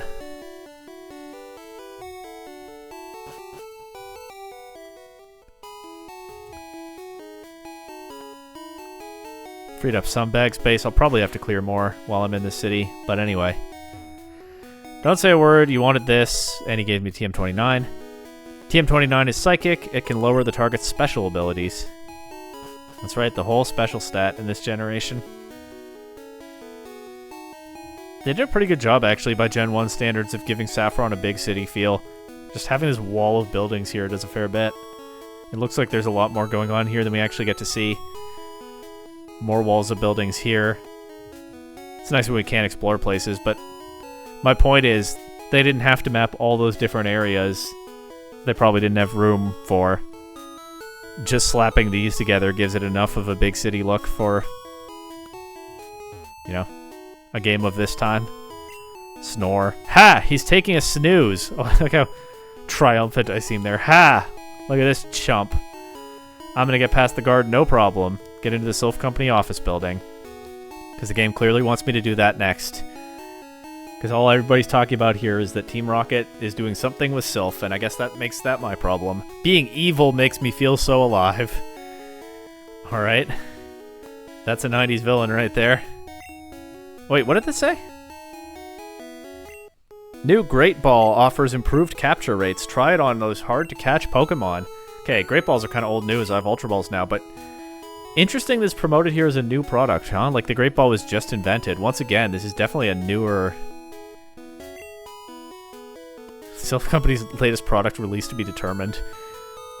You can tell that this is a younger Pokemon world with a different dynamic on training. Because the Great Balls are a fairly new product. And we know the Master Ball is a prototype when we get to that. And the only other variant Pokeballs that we see are Safari, which is a clone that's just used in the Safari Zone, and of course Ultra. Obviously, the lore is going to get expanded immediately in Gen 2 with Kurt using apricorns to make like some old-fashioned variant Pokeballs, but from what we see in Gen 1, it kind of feels like variant Pokeballs, anything other than the standard Pokeball called a Pokeball, are just being invented pretty freshly now. The Pokemon world is just so much less mature, you know, it's had less time to grow in Gen 1, and it really shows in some interesting ways. New Great Ball, Dratini only recently confirmed to be real. I'm having a lot of fun going back to this. Obviously, this was never going to hold up as the series went on, and it shouldn't. The series should change and become more familiar, more developed over time. But I am having fun looking back in ways that I anticipated, and also ways that I didn't. Okay, it's funny that probably just the way the object is set up. This should be vertical height, right? We see a tall building here, but the way the map works, it just blocks the road here. You just can't go behind the tall building because it's a 2D game. It's just laid out laterally, I guess. Saffron belongs to Team Rocket. I guess I'll go into that house later. I think that's Copycat's house. Unless this is Copycat's house. Maybe this is Copycat's house, because I remember in the Johto game she says that she moved so the magnet train station could be built at her old house, and this is where the magnet train station will go. Maybe she's in here. What do you want? Get lost! Interesting that they didn't block Mr. Psychic's house. Maybe Mr. Psychic was more than Team Rocket could handle. They do use a lot of poison types, don't they? Anyway, Saffron City, shining, golden, land of commerce. We're in the big city now. The land of commerce. Not a whole lot of commerce to be seen in Pokemon games, but this is a big city where we don't see a lot of what goes on. So fair enough. Boss said he'll take this town. That would be bad. We're in the economic center of the Kanto region right now. We'll worry about gyms later, including why there are 2 of them. Get out of the way! I didn't show. Gym. This gym counts twice, I guess. It's labeled gym twice over, but also gym over here. Those are for later. There's just Team Rocket all over the streets, huh? Ow! Watch where you're walking! I just turned to face you. Relax. So dramatic. At least they haven't blocked the mart. Revive is costly, but it revives fainted Pokemon. Max Repel lasts longer than Super Repel for keeping weaker Pokemon away. Alright, that was the mart. Doesn't look like there's a whole lot more to see while Team Rocket is causing trouble. In fact, there's no more to see at all. That guy just turned around in his sleep, and then he did it again. But I'm not going to worry about it because, ha! He's taking a snooze. And I guess we better go to Sylph. We can't just... Once again, there's not really much of a hook to bring me into this, except that I guess Team Rocket are just blocking off a lot of the city, including the gym. So what else am I going to do here? It would be totally reasonable for me to go to the fighting dojo, because that has gym on it, and what business of mine is Team Rocket, but without much of a hook, I nonetheless must go and intervene. And here we go. 11 floors of office building. Just where I want to have a climactic battle. Well, not climactic. I guess there's one more Team Rocket encounter after this, but this is a pretty big one. Hey kid, what are you doing here? 11 floors of the most weirdly laid out office building you've ever seen.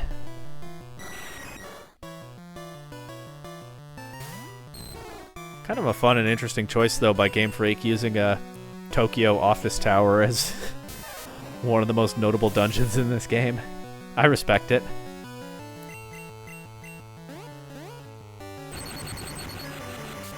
Just like I respect that Golbat sprite. That sure is a classic. Alright, Ash is putting in good work. Excellently timed crit there. Breaking out of the confusion and everything. Should be able to just fry this Zubat. These guys are weak. I guess reflecting that I could have come in here a lot earlier if I wanted. These are some low-level Pokemon compared to what I was facing down by Fuchsia. But of course there are a lot of grunts in here. Come on, Ash, please. Where's that plot armor? Let's go.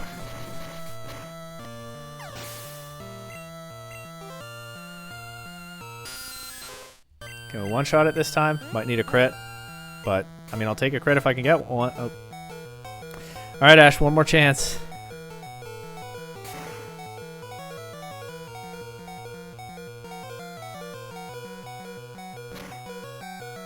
Well, that's why making this guy a champion is a compelling underdog story. Anyway, Iris, I think you can handle this one from here.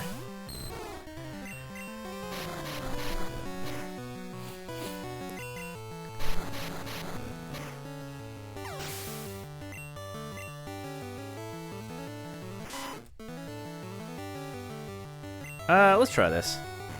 Eradicate at the same level could be kind of a tough opponent. I mean, yeah, that does a lot of damage. Alright, I'll switch, actually. That does too much damage. I don't want to mess with it again.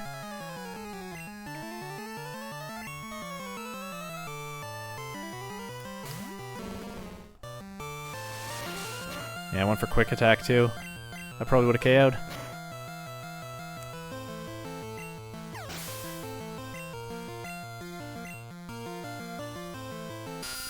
Now, I have something for these now.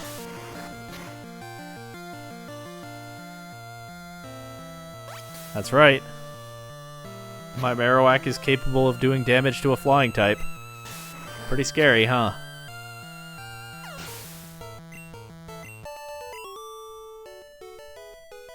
I goofed. You sure did. You sure did goof. Sylph Company will be merged with Team Rocket. Alright, whatever. It's a hostile takeover, huh? Welcome to corporate life. No kids are allowed in here. Also largely true of corporate life, isn't it? Well, maybe not. Exactly. A rocket grunt with a Cubone. That's kind of worrying. Don't love what that might imply. Well, anyway.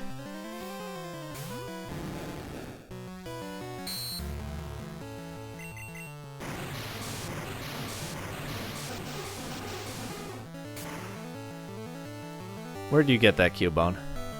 And what did you do to get it? And he just has a Zubat. Okay.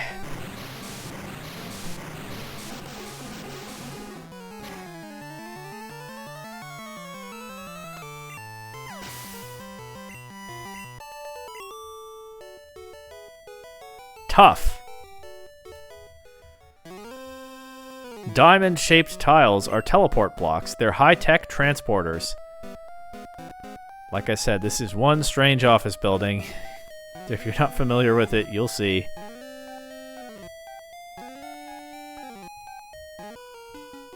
Wow, all the way over there? Okay.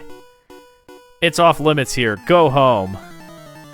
That is a fun quirk of Sylph, that they do a lot of research at this company, so they employ scientists, but Team Rocket also employs scientists, so some of the scientists you run into here are innocent civilians, and some of them are enemies. I do think that's kind of a nice touch. But I also think the kind of team that a scientist uses is not going to match up very well into me right now. Goodbye, Magnemite.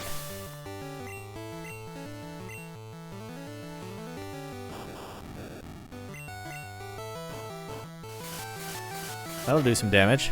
20 points specifically, but after that... Goodbye, Voltorb.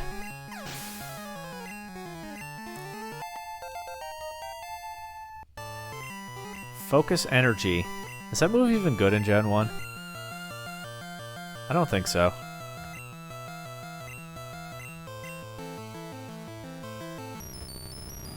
Not a bad Magneton sprite. One of them is facing backwards. Okay, I guess they have some amount of independent movement individually. At least in this depiction. Hopefully that's the case. It's not just stuck like that forever. Anyway, you're good. Yep, and I'm here to do good. Can you solve the maze in here? Oh, I was solving that maze a long time ago. Alright, anything over here? We're gonna ignore the warp tiles for now. That's kind of key to how I figured out to solve this maze as a kid. Just ignore the warp tiles except when you really need them. And go floor by floor, methodically. And it takes a while, you get a lot of good training battling the grunts, but yeah. Pretty straightforward, taking it that way. Quit messing with us, kid.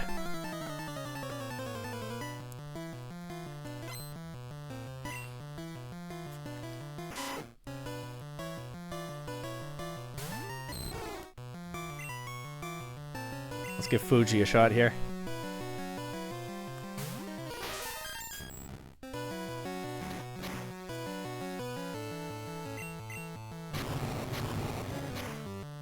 This might well be my ace against Sabrina. Resist Psychic, does physical damage back. Salesman would probably do fine there too, with a pretty good special stat and a physical attack to spam.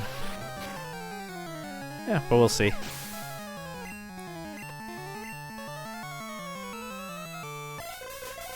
Alright, back to egg bombing these things. Don't put me to sleep, don't poison me, just faint. Disable's fine. Disabled Metronome, that's fine. Goodbye Hypno. Team Rocket do have a little bit more variety in their teams here, which is nice. Stuff like Hypno, Magneton, Cubone, even though I poked fun at it. You know, they're not just using Raticate and a bunch of poison types at this point. Although they are still using those quite a bit. But it's more variety than some evil teams ever get, so I'll take it. I give up.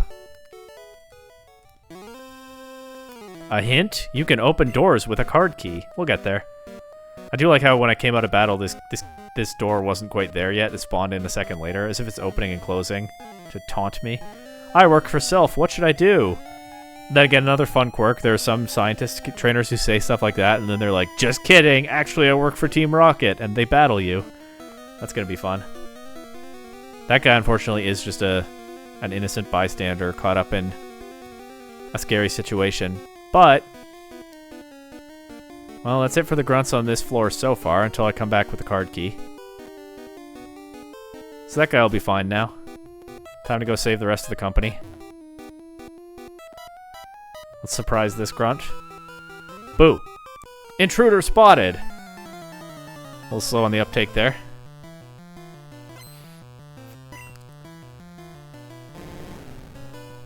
Ah, Ekans.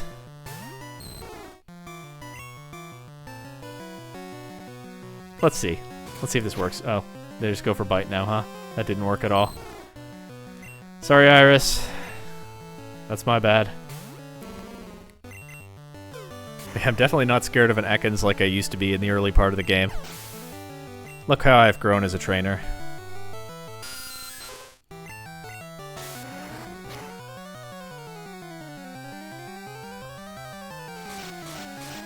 Wing attack, I think, is super weak in Gen 1. I think it has like 30 base power, which is another reason I'm not eager to train a Golbat. I doubt that Golbat can even learn Fly. Uh-oh. Cubone. Oh no.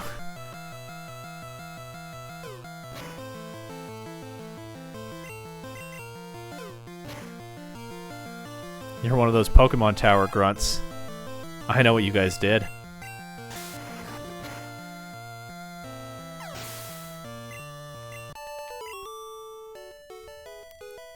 Who are you?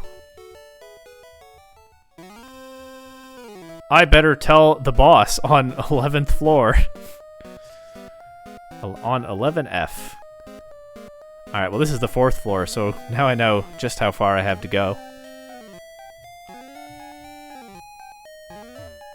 Team Rocket has taken command of Sylph Company.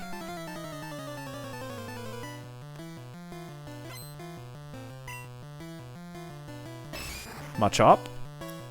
Got some fighting types too, again. Nice little bit of variety, I'll give them that.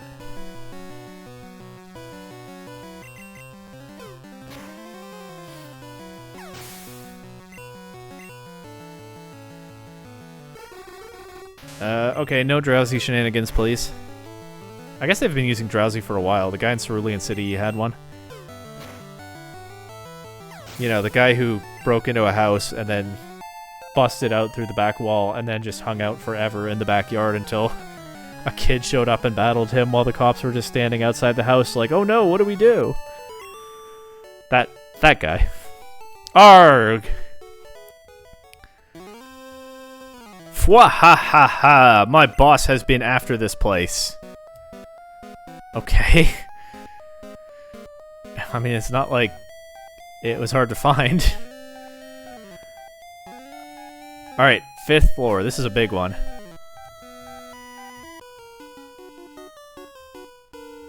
Show Team Rocket a little respect. I don't think I will.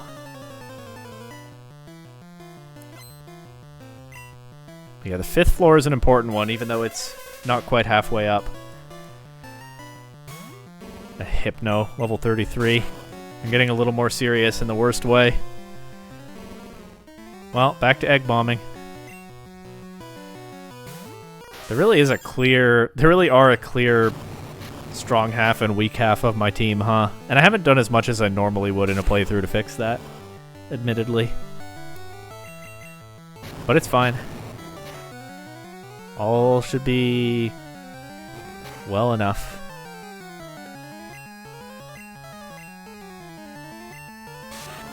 Missing a Mega Punch isn't ideal. You know what? Yeah, there we go. That doesn't miss. Except in Gen 1 it has that tiny chance that everything has. Cough, cough. Which reminds me, coughing evolves into wheezing. Alright, thanks for the helpful tip, evil criminal. Cough, cough. Oh, hey, want to hear this Pokemon trivia I know? What? There shouldn't be any children here. What is this guy's trainer class? Juggler, that's right. Team Rocket have jugglers on the team as well. Nothing says scary, dangerous criminal like a juggler. He's probably going to drop his balls when I do that to his Pokemon. Oh, look who it is. What a wonderful, creepy sprite. Goodbye.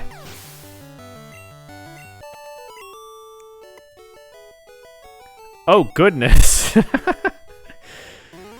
This dialogue, man. This is not... Pokemon has had a lot of funny dialogue for a long time. Gen 1, pretty weak in that on that score, but it's got its own pretty strange flavor of dialogue, that's for sure. You're only on 5th floor. It's a long way to my boss. But this is an important floor, and that's why right there. Gonna open up a lot of doors for me. It's a Pokemon report. Pokemon Lab created Porygon, the first virtual reality Pokemon. Porygon is a new creation, all the way back 30 years ago. How about that? It's a Pokemon report. Over 160 Pokemon techniques have been confirmed. Wonder how many there are now. I have no idea. It's a Pokemon report. 4 Pokemon evolve only when traded by link-cable. 4 trade evolutions, you don't say. We study Pokeball technology on this floor. See? He's pretending he works here. I think probably part of the idea is that some of the scientists at Sylph do work for Team Rocket. They have people on the inside, and that helps them pull this operation. But I think I am also going to run into scientists who are like, I work for Sylph. Just kidding, I don't. Oh no, I'm running out of egg bombs. Also, another Sonic Boom KOs. Let's hope that doesn't happen. Okay, nice, we dodged it. That's one way out of that jam.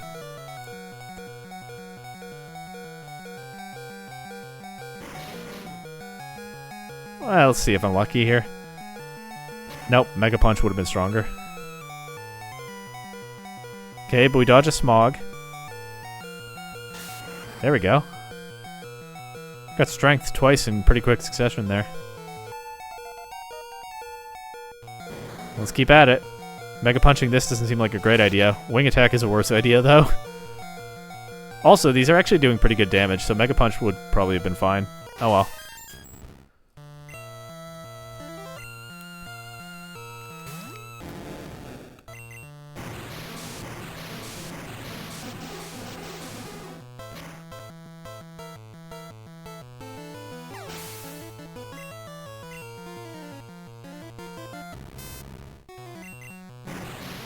Let's see what this does. Do I have to worry about an electric type attack? We saw Salesman tank a Thunder Punch earlier. And crit the Magnemite. Nothing to worry about.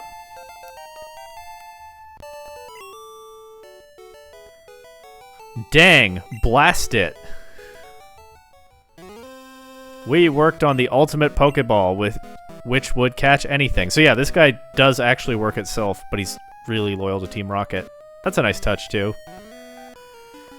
I heard a kid was wandering around. I guess Giovanni really has been after this place for a while. Planting people on the inside, or corrupting their scientists. I mean, I guess that's just a question of where each of them worked first. Who's to say? Some nice overlap there, though. Goodbye, Arbok. Kind of a scary-looking Pokemon, but not when it just faints like that. Boom! Exactly. It went boom. It's not smart to pick a fight with Team Rocket. Well, agree to disagree.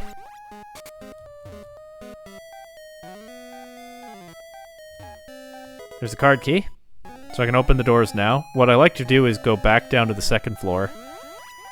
Just keep going methodically floor by floor, but get the parts that I missed of the lower floors, and then once I get to floor 6, just do everything all at once. I am gonna, though, since I'm going downstairs anyway, go to the Pokemon Center, because only my 2 strongest Pokemon are still standing right now.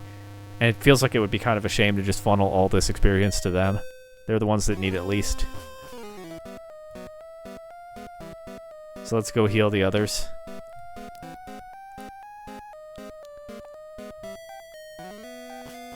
I made good progress already on that first trip to Sylph.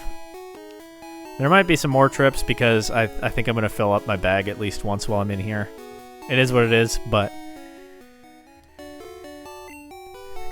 it does feel a little bit, I don't know, unimmersive to leave and come back when the place is in crisis, and I probably should, in an RP sense, just go in and power through, but this is what's better for my team. The floors I've cleared remain cleared. Team Rocket are not adjusting very well to the changing circumstances. Let's go ruin their long-planned operation. If it takes this lone child a bit of extra time to do that, so be it. Right? I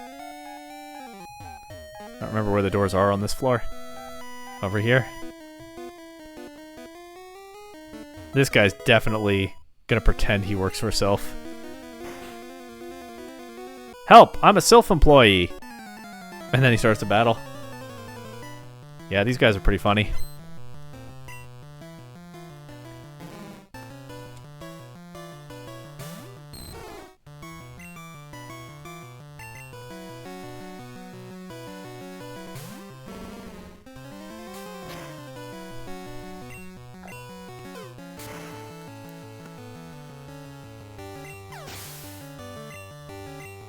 And pretty ground weak in terms of the Pokemon they typically use, so that's nice. No abilities yet, I can even Bone Club a Weezing. Doesn't KO because bulky, but it's fine. Didn't poison me. Wouldn't be the end of the world if it did, but I'm glad it didn't. Should just Bone Club through this in one hit. Have to actually hit, though. No, it poisoned. Oh well. Goodbye coughing. I doubt that crit mattered. Considering Weezing barely took one. If I could crit this Weezing though, that would be nice. No. Oh well.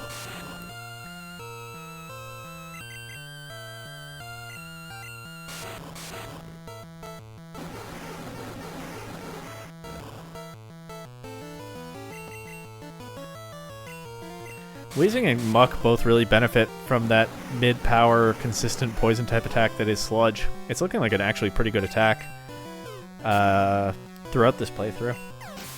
Some poison types don't get it. So good for them. How did you know I was a rocket? Well, when you started a battle, that was a pretty good big sign. Pretty clear. The evidence was pretty clear when you sent out a Pokemon and attacked me. I work for both Sylph and Team Rocket. Okay, so yeah, another of those. Hope you guys like the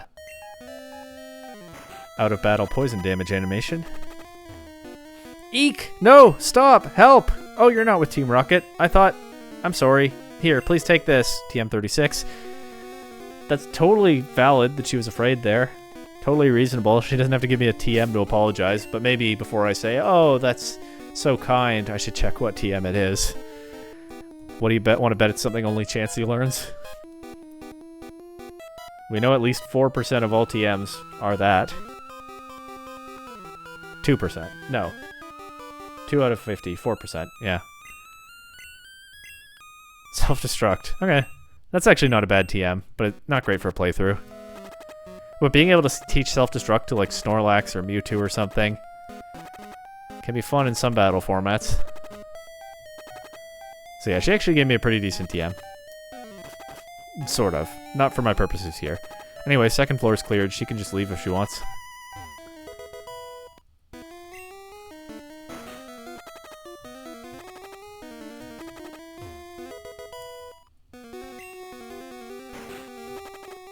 I support Team Rocket more than I support Sylph. Alright. We got another double agent. This guy's just coming right out with it. And he's can't say he's being unclear about where he stands.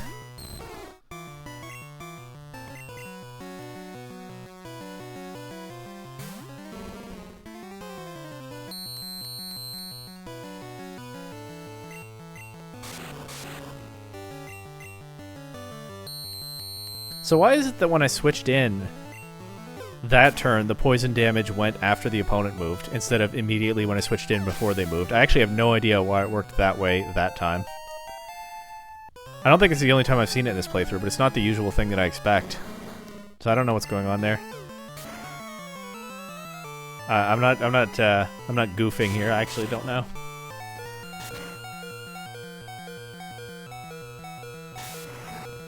Alright, Kyoe will knock this out and then probably faint before the next battle, but... Hey, nice level up first. Not bad. You really got me. Humph! Team Rocket said that if I helped them, they'd let me study Pokemon. What were you doing itself? You know what? Maybe this guy's burnt out on corporate life. He's tired of having to make products all the time. He's tired of everything he does. You know, needing to make business sense. He's tired of the bottom line and corporate profit interests affecting everything that he's allowed to do within his work, and Team Rocket offered him a kind of freedom he didn't have before. That shows us that some of what they're doing is corrupting scientists already itself versus planting their own people, but also... Yeah, honestly, I don't know any other reasonable way to read that line, so... That guy wants to do his research and he's burnt out on the corporate life. You take a good rest, Kyoe. You deserve it. That's how Team Rocket got him. Says something about the world of Pokemon there, doesn't it? I don't know. Maybe it does. There's nothing to see over here. I know the answer to that already.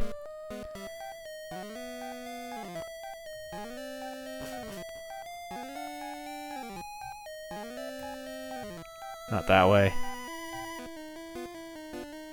What kind of office space is this? Like, offices, you know, they're functional. They have weird layouts sometimes, but this narrow hallway here... I guess it could be reasonable. Some of these storage rooms are pretty... Well, I guess they're storage rooms. I guess it's fine. Really, the teleport pads are the worst thing about this. They're what push it over to being pretty unreasonable. My Pokemon are my loyal soldiers. That and the fact that you have to use the teleport pads to get to the chairman's office. Chairman? What is his title? The guy in charge of the company. I'll find out what his title is. I'm blanking on it. Maybe it's chairman. You have to use the warp tiles to get to his office. Just going up the stairs gets you to a dead end. That's pretty unreasonable. Part of the way this place is designed. That's got to violate some safety codes and stuff too. Maybe the world of Pokemon doesn't have those. Anyway, scientist wants to fight. He has one Pokemon. It's an Electrode. Sure.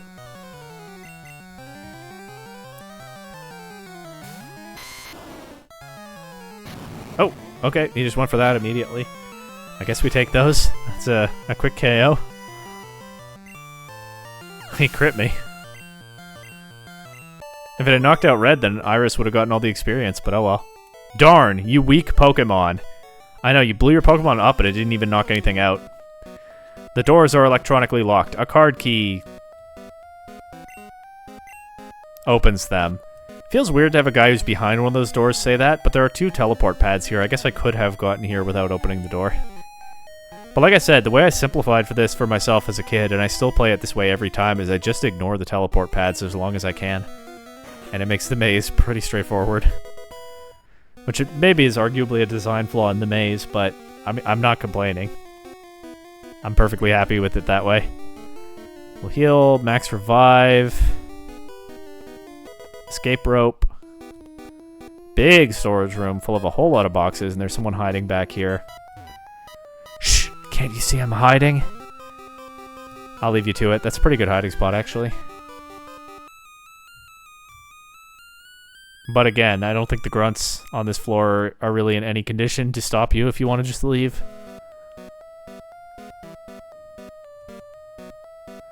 And now, back to the 5th floor. So this is the highest I've gotten so far. There's that juggler. Gonna take away the safety of a closed door from this guy. Team Rocket is in an uproar over some intruder. That's you, right? And again, I'm about midway up. The next floor is the halfway point, so... Nice touch to have someone At about this point saying that, shows the Team Rocket have noticed me, although they're not doing a whole lot to deal with me. Just counting on the people they already have positioned all over, I guess. No more room for items.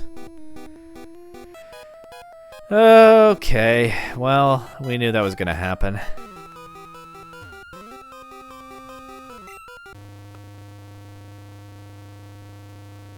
The limited capacity bag does get a little annoying sometimes, but I trust that there wasn't much they could do about it, probably, I assume, without having actually checked. In this generation. Hey, I can heal my Marowak. That's something. Good time to go do that.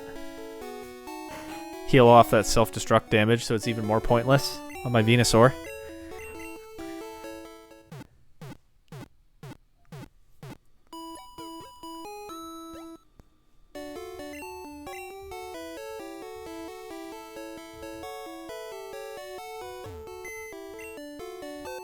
Wrong PC. Right PC. I'm sure I'm looking forward to getting rid of things like Thunderstone, Dome Fossil, and Old Amber, but anyway. Just deposit TMs for now. I'll do an inventory of them later. I do still need the card key. I mean, of course. I cleared 2 spots. Well. So it goes. Maybe it is time to deposit the bicycle, but I just don't want to, you know?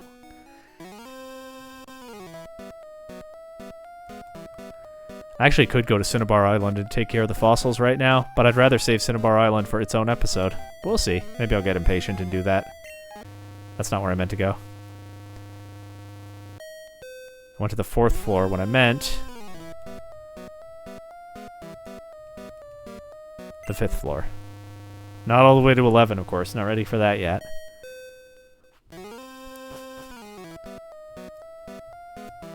Okay, the item was over here. I hope it's something good. Nope.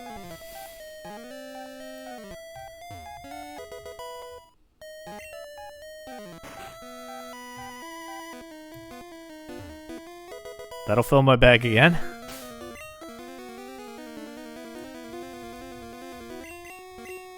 Takedown.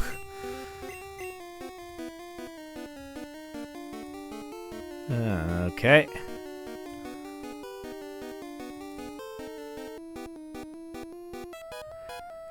Well, 6th floor.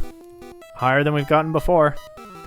There's a real sort of boardroom here with a bunch of employees in it. Team Rocket guarding all exits, but we'll take care of that. I am one of the 4 Rocket Brothers. Bit of pointless lore for you. There are 4 Rocket Brothers scattered around. I don't know. They're grunts who call themselves the 4 Rocket Brothers. There's not much more to them than that. Alright, let's try rap spam on this.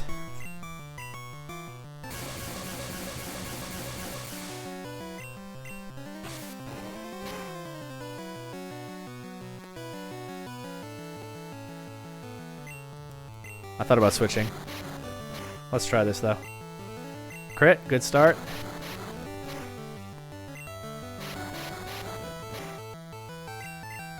We should just barely take another low kick unless, you know, it's a roll or it crits.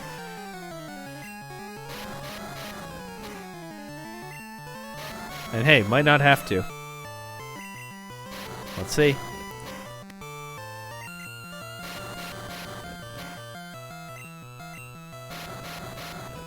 The other nice thing about Wrap is it hits so many times on one used PowerPoint. I missed that one, unfortunate. Alright, Iris, unless you're very unlucky, you should have this. There we go. I'll switch out against this.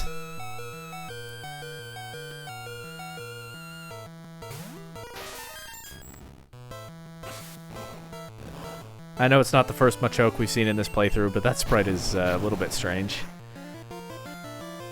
Especially the eyes. Well, that's part of the charm of Gen 1, isn't it?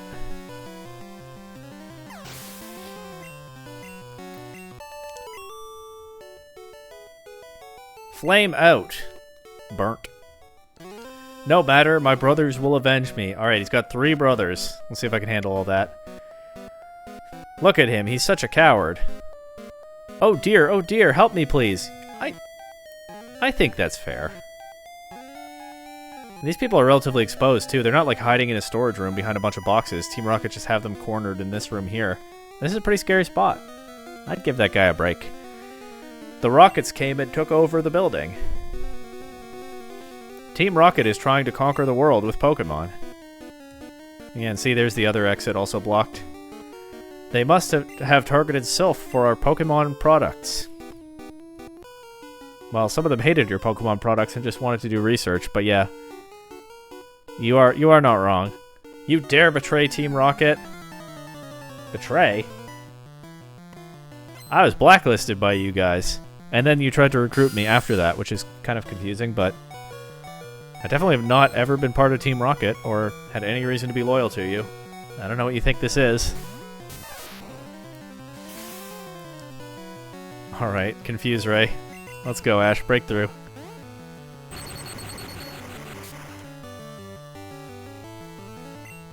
Good start.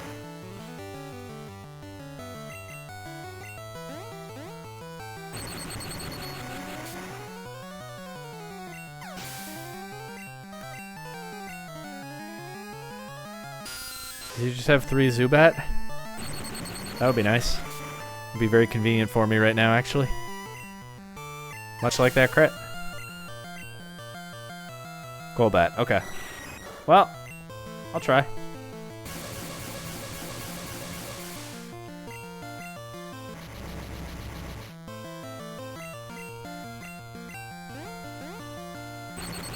Alright, Ash is doing pretty well so far this battle. Let's see if it holds up. Why did I say anything? I should have known better. Okay, full para though, that's good. Buys me some time to do that again. Another full para. One more full para maybe?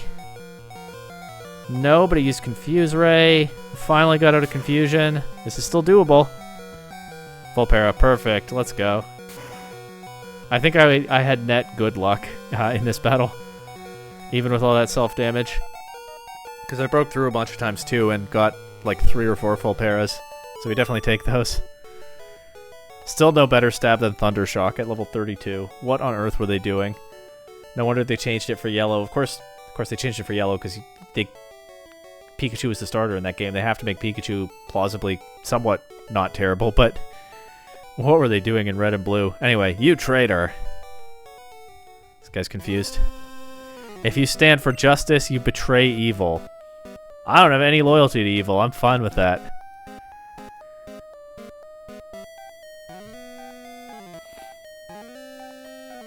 I'm absolutely fine with betraying evil. What a strange complaint. That rotten president, he shouldn't have sent me to the Tixie branch. Tixie? I don't know. This guy has an interesting line after the battle. I remember this guy, because he has an interesting line after the battle that maybe will be a little informative. Anyway, we got self-employee burnt out on corporate life. Now we get self-employee who's specifically mad at the boss. It's a lot of fairly true-to-life ways that Team Rocket was able to target these people, huh? Self had a lot of issues, you could say. I mean, I guess a place without a lot of issues could still have disgruntled people. But, you know, not to blame the victim here. There were some vulnerabilities, and Giovanni found them. Which makes sense, I guess, since he was after this place for a long time.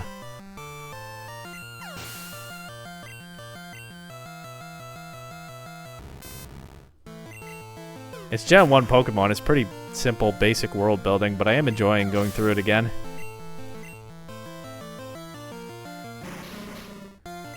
There's definitely something about the world reflected in here.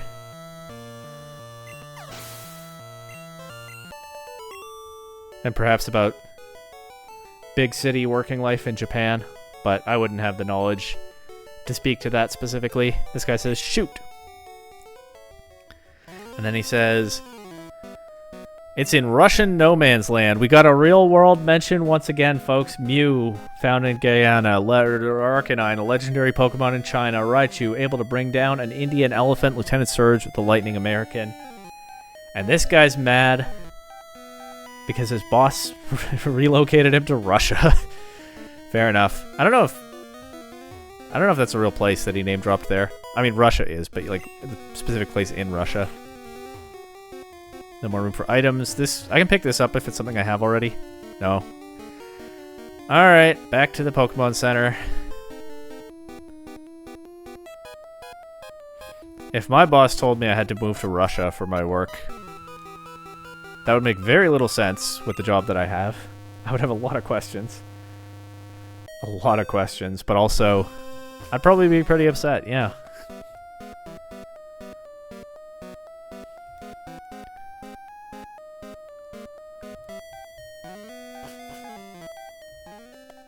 That guy's having a long nap. I just keep wandering in and out, and he's not bothering me at all. He's a sleepy guy. Ha! He's sleeping. Or, ha! He's having a snooze. Whatever the line was where this player character showed a little bit more personality than usual.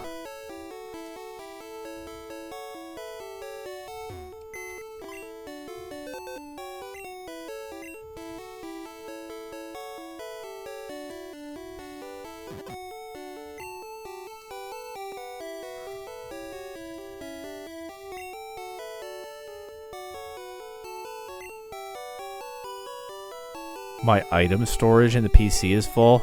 I did not know that was a thing. I'm not kidding. I didn't know that was a thing.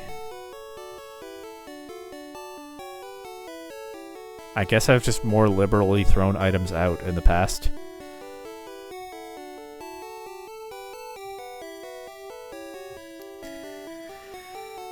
Okay, well... alright, here's what I'm gonna do.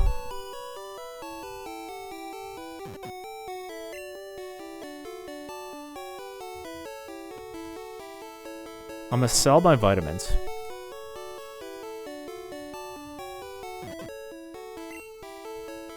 I'm never actually gonna use them, so I'm gonna sell them. And I'll also go ahead and use these. I don't need to use the rare candies now. I know how many rare candies I need. It's 7. But I'm gonna sell vitamins. I had no idea this was ever going to be an issue.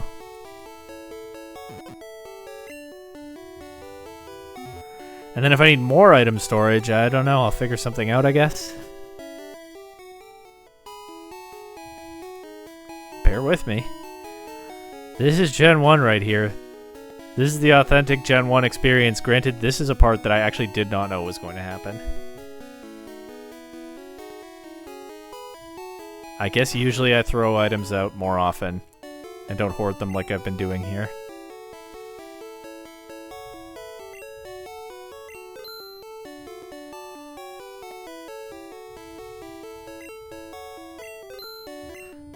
And all the more reason, I guess, to consider going and reviving my fossils, but there's a crisis going on in this office building. I'd rather not do that now if I can avoid it.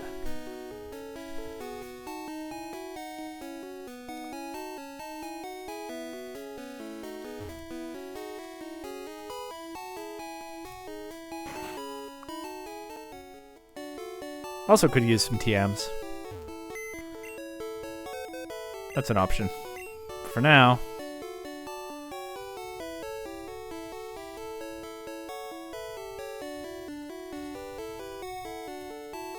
Carbos.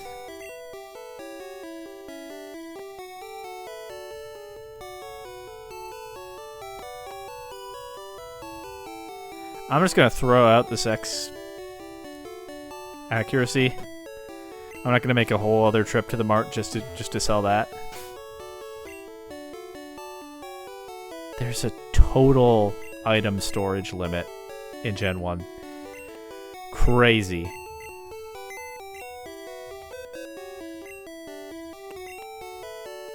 What an annoying limitation that was probably unavoidable. I'm fine taking that on faith, but what a pain. But okay, one more trip to the mart and then back into Sylph. Did I heal? Yeah.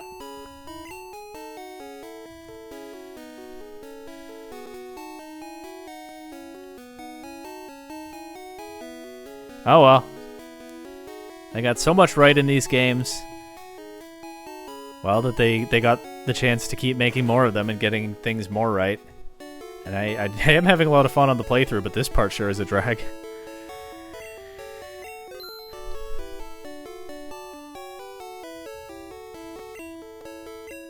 Okay. Back in. And let's get a little more willing to throw out useless items. Items that I don't feel like I have any use for. This guy has slept through all of that. Ha! He's taking a snooze. Back to the 6th floor to see what those 2 item balls are. And then hopefully beyond the 6th floor.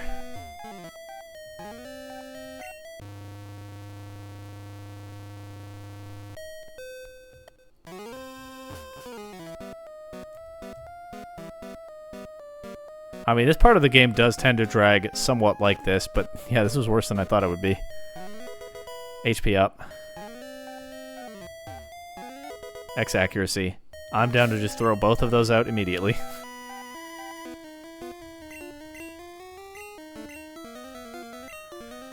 And then back to adventuring. In a Tokyo skyscraper. To protect a mysterious, innovative tech company from literal uniformed criminals. I am one of the 4 Rocket Brothers. Uh-oh. This guy's out for revenge. That other guy said his brothers would avenge him, and here's one.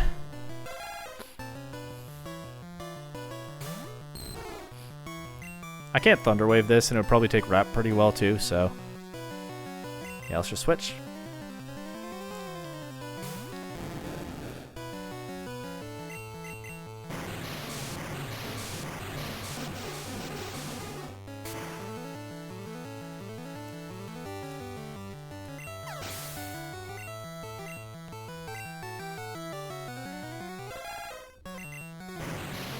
By the way, I don't know why this just came to mind, but I actually could go catch Articuno and Zapdos right now. I guess I always have legendary Pokemon on the brain. It is kind of neat that legendaries become available so early, but you have to go do some exploring to get them. I will go after them later, not right now, but I have the option now. They're also kind of hard to catch this early because they're a lot stronger than the Pokemon that I have, but hey, then they're kind of worth the challenge if you get to catch them and use them already, aren't they? But like I said, those are for later. Anyway, this guy's not very good at revenge. Ack! Brothers, I lost! Doesn't matter, my brothers will repay the favor. Well, hopefully the 2 remaining brothers are better at revenge than that guy is. TM3? Well, let's find out. There's so many TMs clogging up the PC. And now I know that actually matters, because there's a limit. This is Swords Dance, that's not a bad one.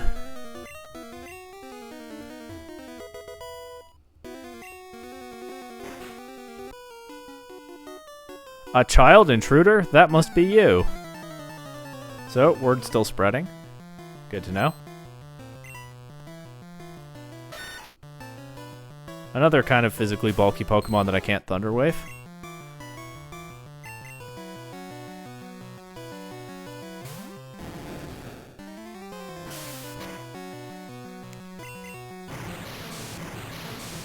I actually probably should have switched to my Venusaur because this could have Poison Sting, but it's fine, not punished for that.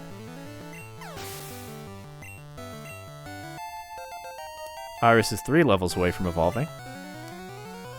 That's pretty close. Love how spiky this Sandslash looks.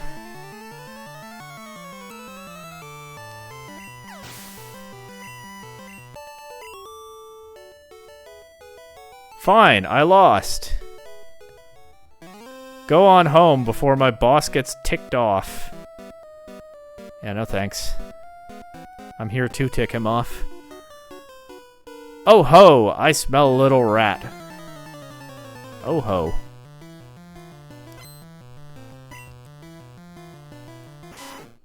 Could be your Pokemon.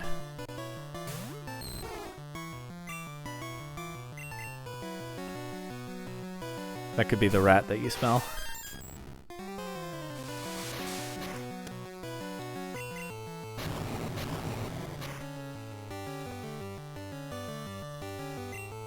Okay, nice crit. We take those, for sure.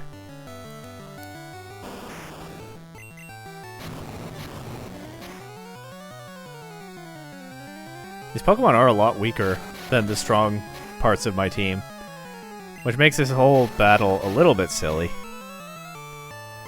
And is perhaps a weakness in how wide open this part of the region is, because I could have come here way earlier, but basically I've followed the sort of standard badge order. But if I had come here way earlier, then these battles still would have been manageable for me, which is kind of neat, perhaps punishing me a little bit now. But on the other hand, experience is experience, and I'm still getting it sweeping quickly through these guys, so it's not too bad a player experience. Getting some nice training ahead of the gym specialized in the most broken type in Gen 1. Getting to admire that Golbat sprite over and over. Eyes were kind of tricky for them in Gen 1, huh? A lot of these sprites have some interesting eyes. That's not the most interesting feature about Golbat, but it definitely is among them. And we've seen Machoke, we've seen Mr. Mime, a lot of interesting eyes. Lights out. You won't find my boss by just scurrying around. Well, that's sort of true, actually. You have to use the warp tiles to get to the office. You! It's really dangerous here. You came to save me? You can't! That's another memorable one. There's nothing you can do. Okay, something interesting over there that we'll talk about later. It would be bad if Team Rocket took over Sylph or our Pokemon. Team Rocket was after the Master Ball, which will catch any Pokemon. Alright, now we're getting some lore. They're after the Master Ball, which will catch any Pokemon. That sounds pretty serious. Let's leave this Doomer behind and check out the rest of the floor that I can access right now.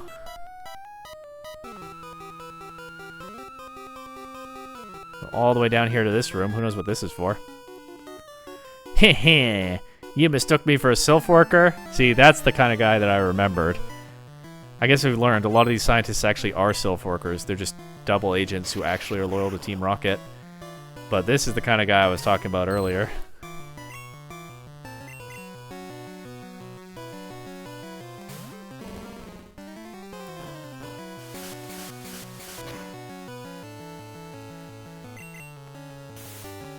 Light screen is not going to help you here.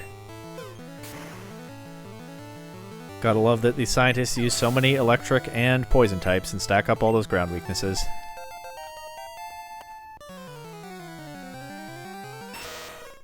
What did I say?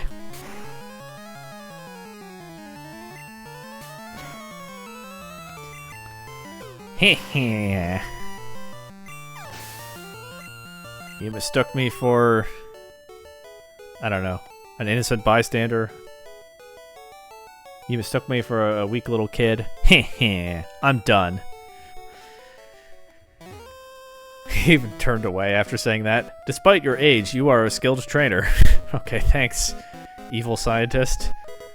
Much appreciated. Goodbye, Calcium, immediately. Not carrying that around.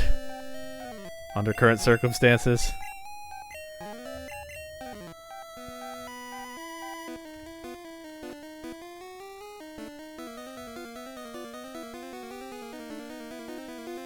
Alright, up to the 8th floor, getting close to the top now. That's as far as you'll go. I don't know about that, though. Close to the top is not quite far enough for me.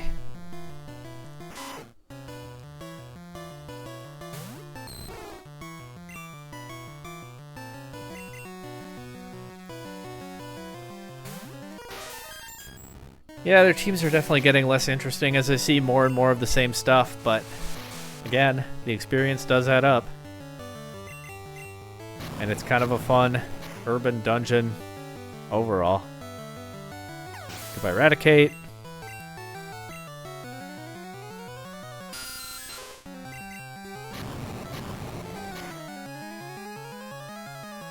Goodbye, Zubat.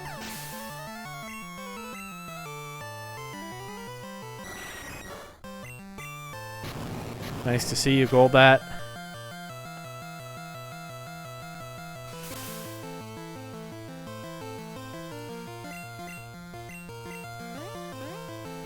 But also goodbye.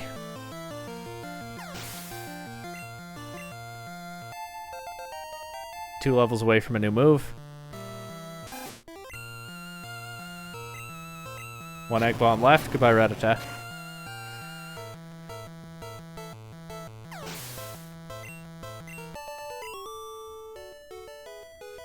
Not enough grit.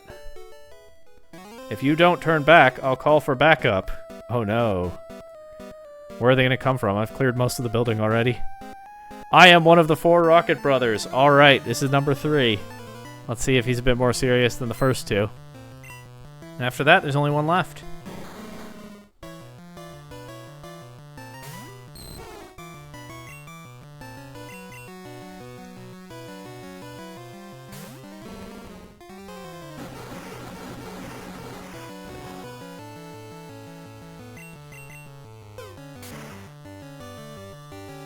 Okay. Took a hit.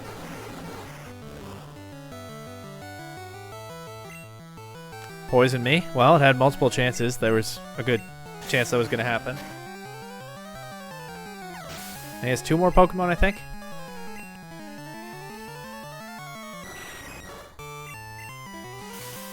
Uh-oh. Poisoned and confused. This could go a little sideways here.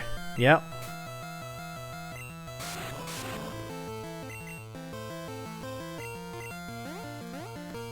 Okay, landed a strength. Even if I'm just softening this up for Ash, that's fine. Oh, broke out of confusion. Missed a strength. There's that 1 in, I think, 256 chance. Working against me this time. Bit unfortunate, but almost gotten rid of this Golbat now. Uh-oh. And again, if Ash gets to just click Swift and win this, that's not the worst thing. And it looks like that is what's going to happen. The poison damage still goes when I'm already at 0 HP. That's kind of insult to injury, isn't it? Just to really rub it in. You've already fainted and you also take poison damage. You really were cooked here. Let's just try to Thunder Shock through this. I missed a Thunder Shock? And a strength in the same battle? That's incredibly unlucky. That's the kind of luck that, for better or for worse, only this Pikachu keeps getting again and again this playthrough. Missing a strength and a Thunder Shock. Wild stuff. This guy had a better shot at revenge than the previous one, but still came up short in the end. Woo! Oh, brothers. Woo. Woo! I don't know, there's an exclamation mark on it, which doesn't really feel like it fits, but you tell me how you think that guy said that. I'll leave you up to my brothers. Well, there's only one left. Good luck to him. You're causing us problems.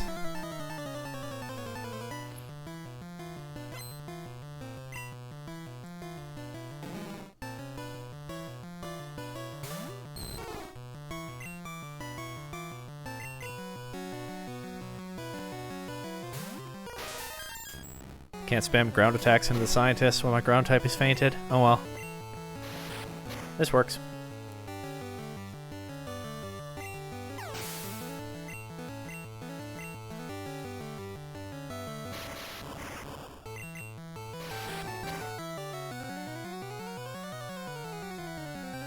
Oh, okay. Please don't KO, because nobody gets the experience if you do. That would be annoying. Okay, that did like nothing. Never mind. What a waste. Is that really how you want to battle? Huh? I lost? Guy blew up his own last Pokemon and said, huh? I lost? I even switched out turn 1 so he knew I had more than one Pokemon. He couldn't even force a draw there.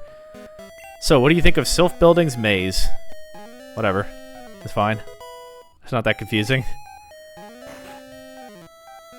Huh? I lost? I wonder if Sylph is finished. Electrode, knock yourself out. What? What do you mean you lost the battle? Okay, you get it. I don't need to keep going. This looks like there should be a hidden item here, but I doubt it. Yeah.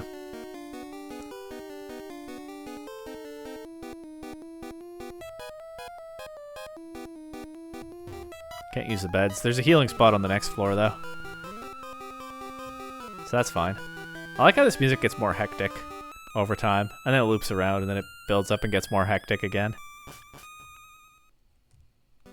We're at the end of the loop right now. That's fun. Your Pokemon have weak points. I can nail them. Alright. Let's see.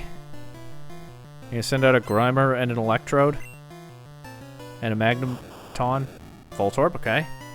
Close.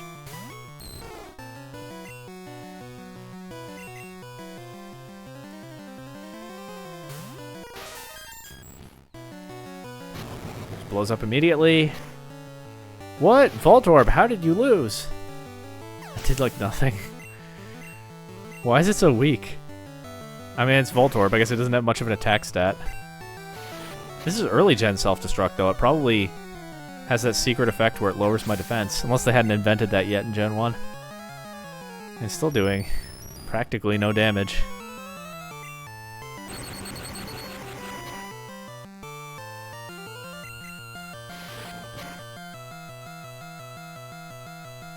Alright, well. So much for targeting my weak points.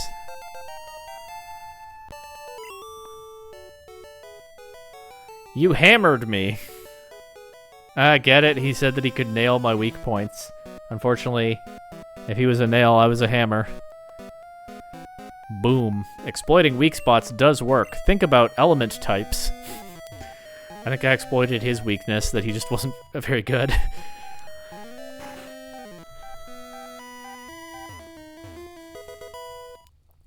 Didn't think about that one, did he? Okay, another narrow pathway. Oh yeah, the healing spot's coming up. I am one of the 4 Rocket Brothers. Okay, we found the last one. Were they on 4 consecutive floors? I think they might have been.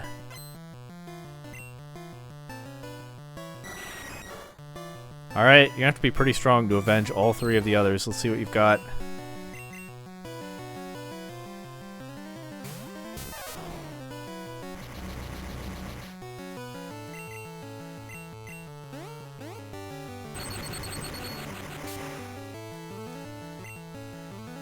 Four levels higher.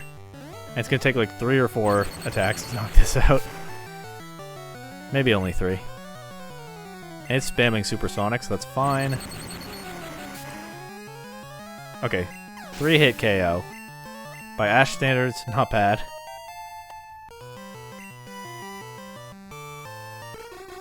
Okay, oh boy. Let's just do this. Not mess with any poison gas. Okay, yeah, so the AI knows I'm switching into poison type, so it uses confusion. That's fine. They didn't do too much.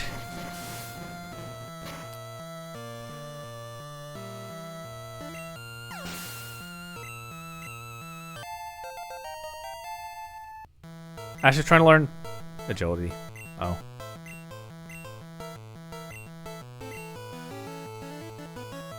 I don't think I'm interested. I got Thunder Wave. It's fast anyway. I'm never using Growl. I'll get agility.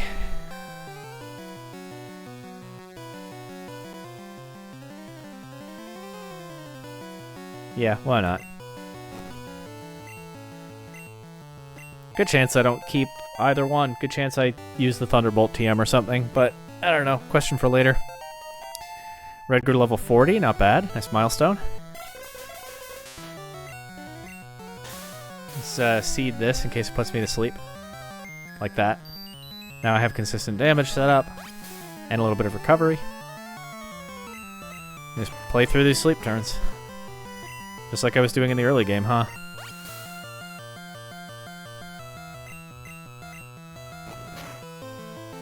Some things don't change.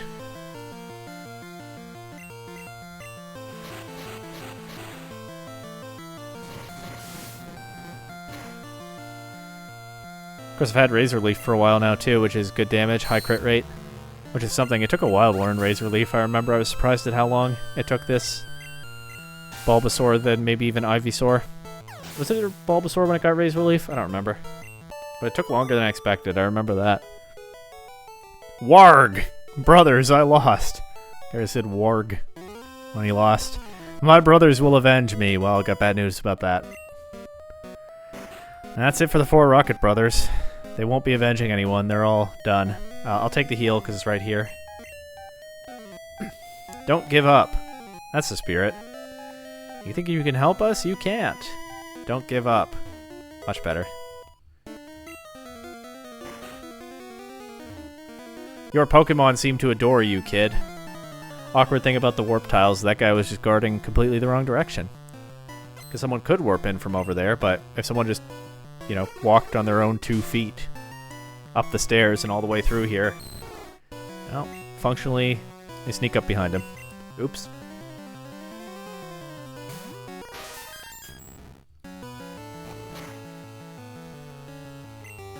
I have a stronger normal type attack than Headbutt. There it is. I have 2 actually, and Mega Punch is also stronger. But Egg Bomb, stronger yet. Especially when it crits. I am enjoying Egg Bomb as much as it's a really silly move that has no business being a TM. Kinda nice that it was, I guess.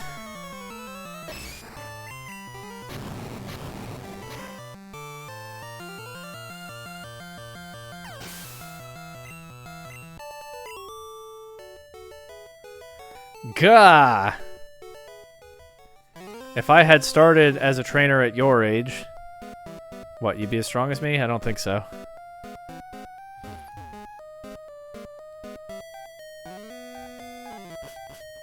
You'd be on the straight and narrow, not a criminal? Maybe.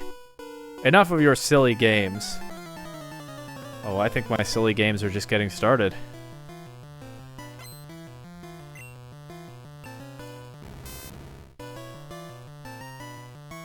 Well, let's see. Back to my broken scientist matchup here.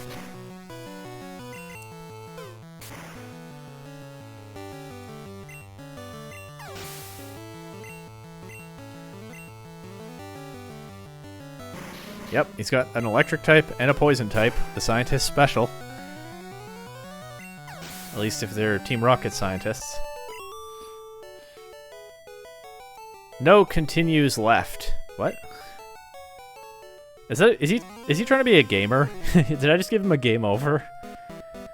Is he like he ran out of lives playing Mario or something? Is that what that meant? Are you satisfied with beating me? Then go on home. No, absolutely not. I'm looking to give your boss a game over, and I think I'm gonna do it.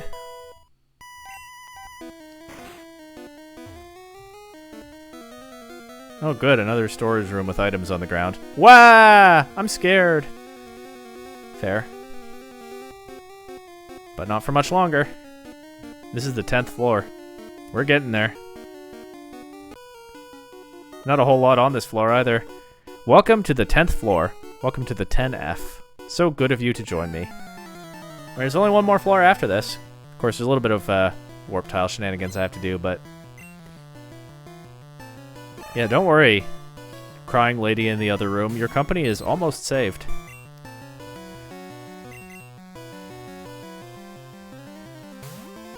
At this very moment.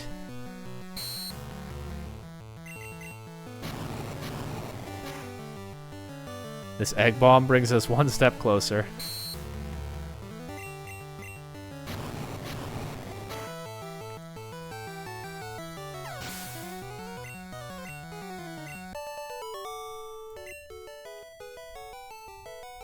I'm stunned. Nice try, but the boardroom is up one more floor. Nice bluff. I know I can't get there this way. I just want to battle all you guys anyway. TM26.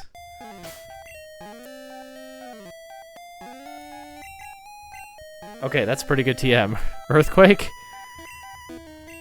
Actually, let me see. Who on my current team can learn it? I think Venusaur can, and that might actually be the best option. Obviously, Mew can. Gyarados cannot in red and blue.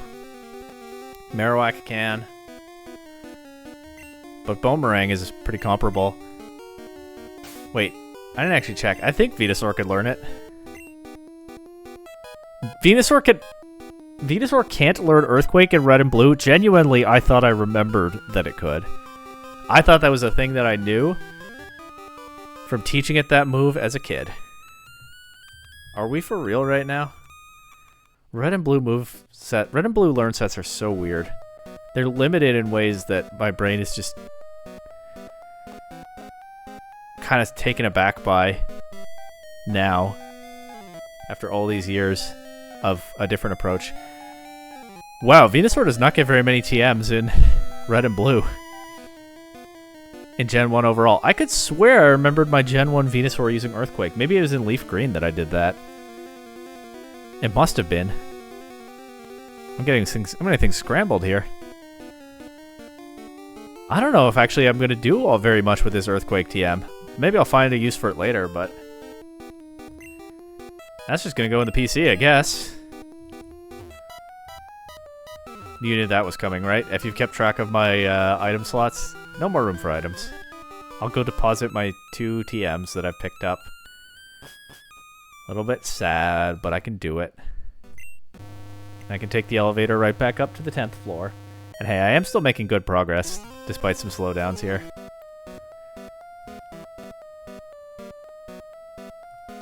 I'm kind of shaken by Venusaur not getting Earthquake. I must have used Earthquake Venusaur in Leaf Green. And thought that I'd also done it in Gen 1.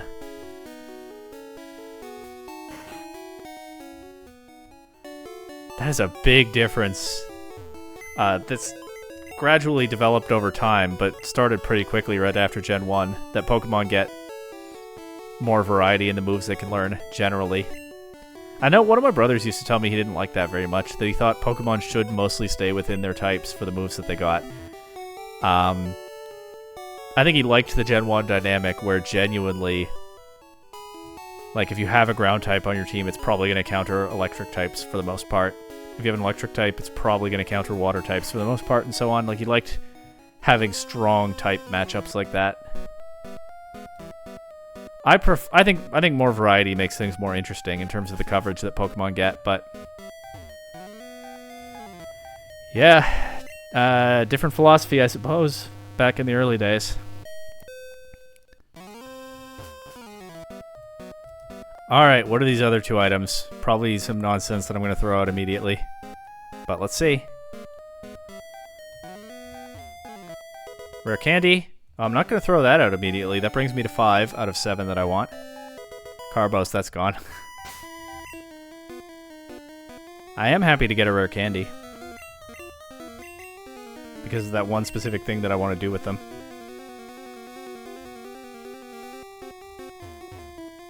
Out of the way.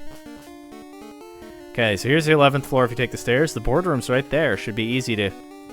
That guy's called the president, right? Not the chairman. Why'd I get that scrambled? Should be easy to just go in there. Oh, whoops. Dead end.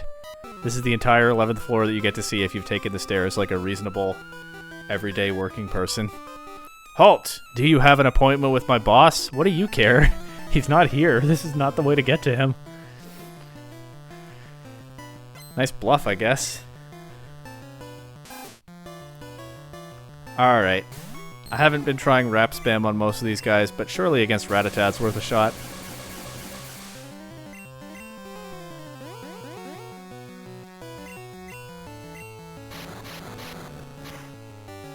That's actually not terrible damage by rap standards. Probably only take a couple of raps to get through this. Which very nicely limits its chances to move as well. Especially with the para. Cutting its speed. There's another one. Let's just do the same thing. Is this guy just gonna have 5 Rattata? That does vaguely ring a bell.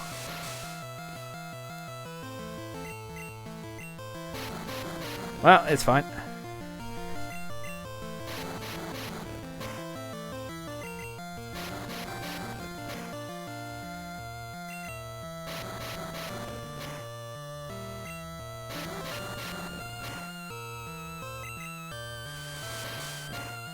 Okay, yeah, quick attack is one option they have to actually get an attack in. Could have caused some real trouble by going for another one there, but he didn't. Zubat, okay. Let's Thunder Wave that. If I get confused, though, I might just switch. No confusion yet.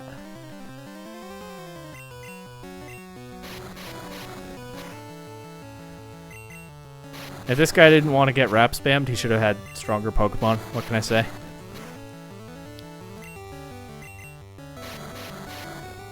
But at this rate, should have this battle all wrapped up pretty quickly. Despite the way I'm playing it.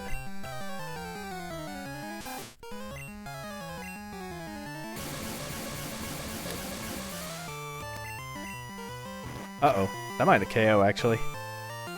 Yep. Alright, let's see if Ash can handle this. Step in for Iris here.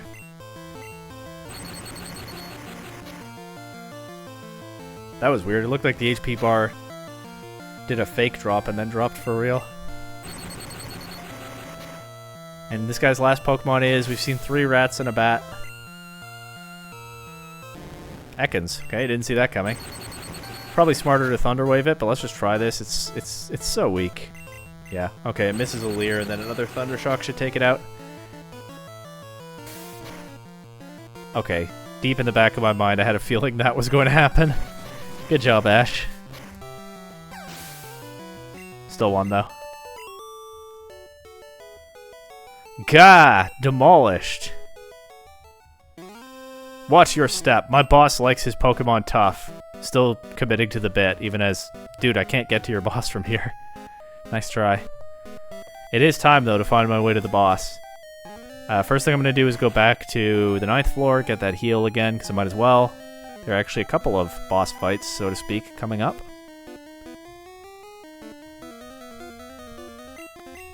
Because... something pretty strange is going to happen. After I warp here. Now I'm on the 3rd floor.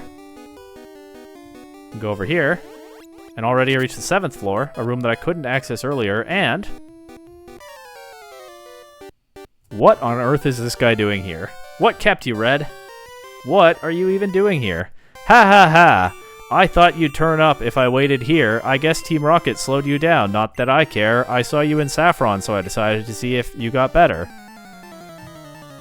So yeah, this is definitely one of the weirdest rival battles in the whole series. Just because of the context. Maybe the weirdest. Because why is this guy here? He is on the 7th floor, in a particularly out-of-the-way, hard-to-access area, of an office building that is under siege by a uniformed criminal gang. He also says he saw me in Saffron. I didn't see him. I remember I once, a long time ago, when I was like a teen, I came up with a fan theory, which I think other people have also come up with. I'm not going to take credit for being the first person or only person to ever think of it, but I am going to take credit for having been one of the people to think of it. But like, I was convinced at a certain point in my life that this guy must have been a secret member of Team Rocket, because like, one, how did he see me in Saffron? My field of vision's pretty big. I didn't see him. Maybe a grunt saw me and told him, right? Maybe they did that because he's one of them. But also, how did he even get here? Why is he in this building?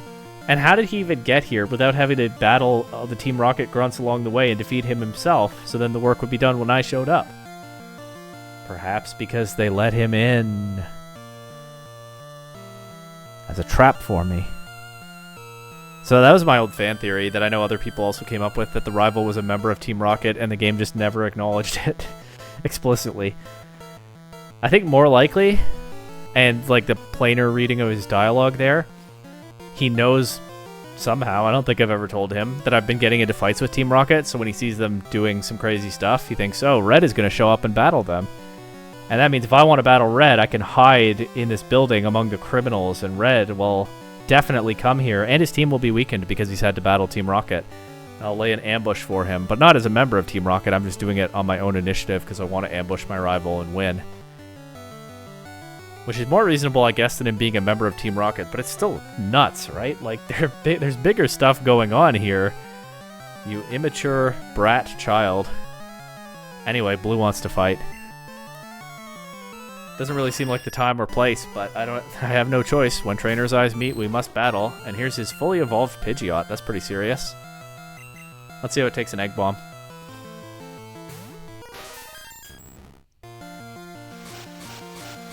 Again, I think Wing Attack is a joke in Gen 1. The 11 points of damage there support that. I think Quick Attack is stronger. Maybe not, actually. That might have done... Hang on. That did like 1 point more, didn't it? It takes 2 Egg Bombs, though, so it is kind of a strong Pokemon, in a way. Now, I'm a little bit worried about 75 accuracy Egg Bomb after a Sand Attack.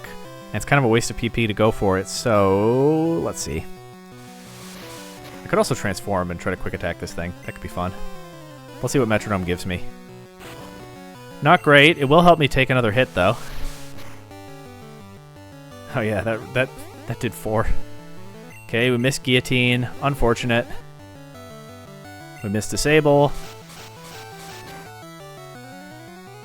The Sylph Worker watching this is probably like, what are these guys doing? Not only everything else I said about it being an inappropriate time, but now this red kid is just goofing around with that mythical Pokemon that he has somehow, by the way. Alright, Thrash. Sure. Am I locked in now? How does this work in Gen 1? Here's his Execute. I am locked in. Okay, but I missed. Alright, well that got resolved pretty quickly. No, I'm still locked in after missing. Okay, that's a difference compared to newer gens, but then it goes for Poison Powder, it misses me. I'm just going to keep Metronoming, hope I roll a special attack. Oh, I'm confused, right, because Thrash. Whoops. But he's missing all his moves. Stun Spore. Okay, I paralyzed his Execute. Sure. I get Leech Seeded. I think I should switch out of that. What do I switch in on Execute? I don't actually have great answers to it. I guess I can poison it. Like I could bite through this with Salesman, but it used Reflect, right? I could Dragon Rage it with Salesman. Oh, it's already paralyzed. That's why I can't poison it. Okay, that was just not the right idea at all. Oh well. Let's see what Tackle does. Right, I already Stun Spored it. I forgot. With my Mew. Tackle does like nothing. Am I better off using Razor Leaf here? Even though it's resisted. It has a high crit rate. It's a special attack. It has Stab. Yes, just strictly better. That was a crit, but again, high crit rate. That happens.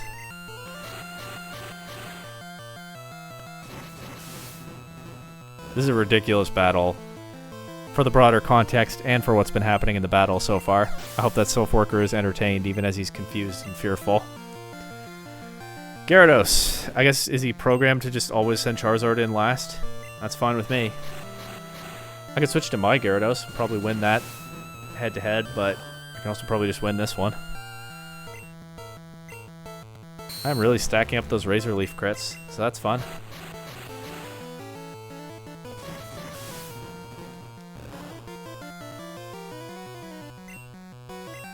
There goes that.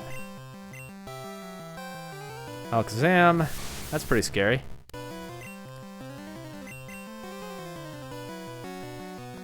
Gonna Egg Bomb it.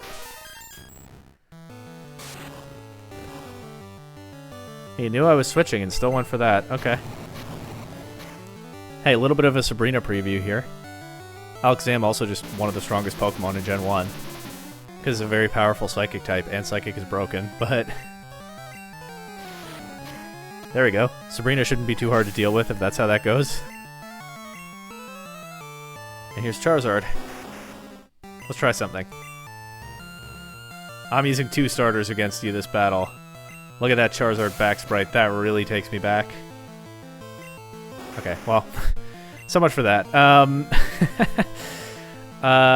Iris? Switch out to Salesman. Get a little bit of extra switch training here. So much for using Charizard against him, huh? Technically, I did do it for a moment. And that's exactly the move I expect to see from a Charizard. Leer. You just get blasted by the Surf. I took a Surf, that's pretty good. He used a potion. Not even a super potion, just a potion. No wonder this guy needs to set up a weird, contrived situation like this to even try to have a chance against me, and it still didn't work out for him. Iris is one level away from turning into a Dragonair. And Blue is defeated. Oh ho! So you are ready for Boss Rocket. There wasn't even an article there. Oh ho, so you are ready for Boss Rocket. That's a reasonable thing for him to say, right? Well, Red, I'm moving on up and ahead. By checking my Pokedex, I'm starting to see what's strong and how they evolve. I'm going to the Pokemon League to boot out the Elite Four. I'll become the world's most powerful trainer. Red, well, good luck to you.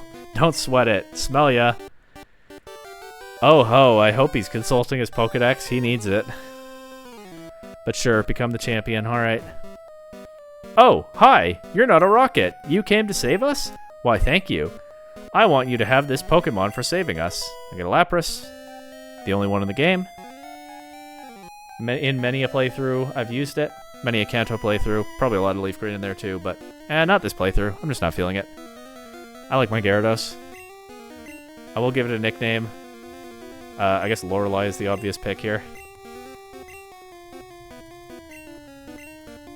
There you go. We got a Lapras.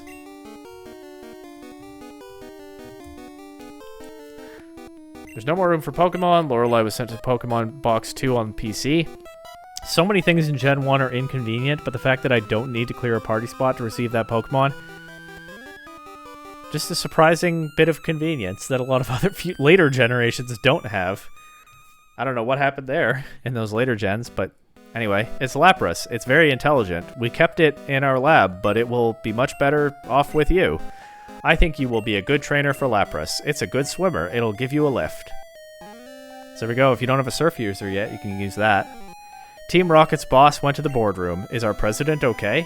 President is the title, yeah. I don't know why I had trouble with that. Okay, so... rival battle out of nowhere, totally unreasonable time, and then this guy's just like, oh hi, you're not one of the criminals attacking us? Have this rare Pokemon. And now, although my rival slowed me down ahead of the confrontation with Boss Rocket, although one of my Pokemon fainted in the process. The rest of my team still looks pretty healthy. My rival's not that strong. I guess it's Boss Rocket time. Back to the 11th floor, but this time the other side of it. One more grunt. This guy's always felt a little superfluous. They could have just not put him here. Stop right there. Don't you move. I feel like the hype would be a little bit greater if it were just back-to-back boss fights without this guy in between. But I guess it is reasonable that Giovanni would have someone guarding the door. For all the good it's going to do him.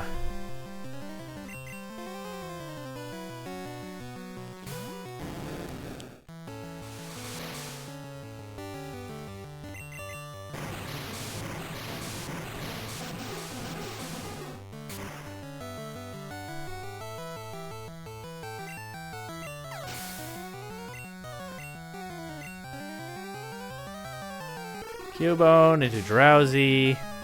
So many familiar faces. Dodge a poison gas, that's good. That would have been annoying. I think that was the first Drowsy in here to click poison gas. Marowak, that's not a Pokemon I like to see associated with Team Rocket. Let's put it out of its misery. Yeah, that poison gas would have been annoying, but it wasn't.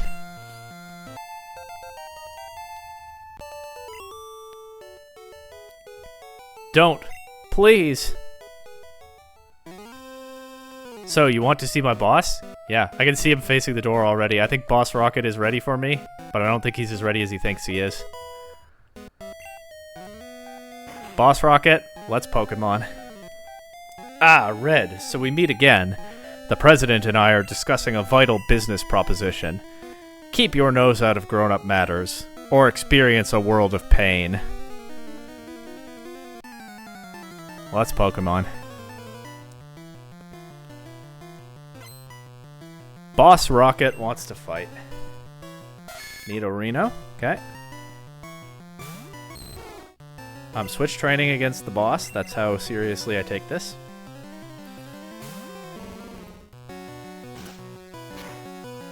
Level 37 on his lead is actually not bad at this point in the game.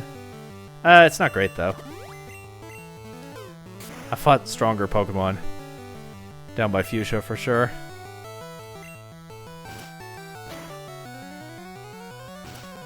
Again, this section of the game perhaps hurt a little bit by the fact that you can come here way earlier, and I guess they don't want to punish that, which is fair.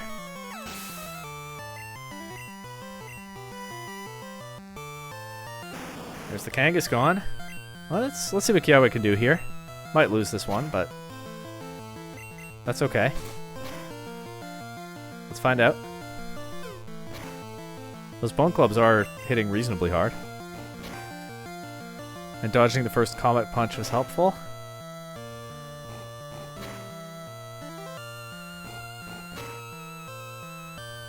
Second one good, all 5 hits though.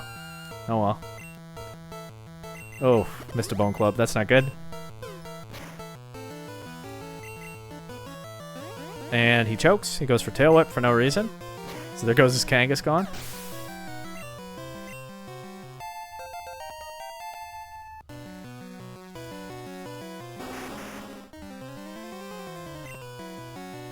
Let's make a very easy switch here. Rhyhorn looks like a scary Pokemon, and they were pretty hard to deal with in the Safari Zone, but in battle, slightly different story. And then I think Nidoqueen will be his ace.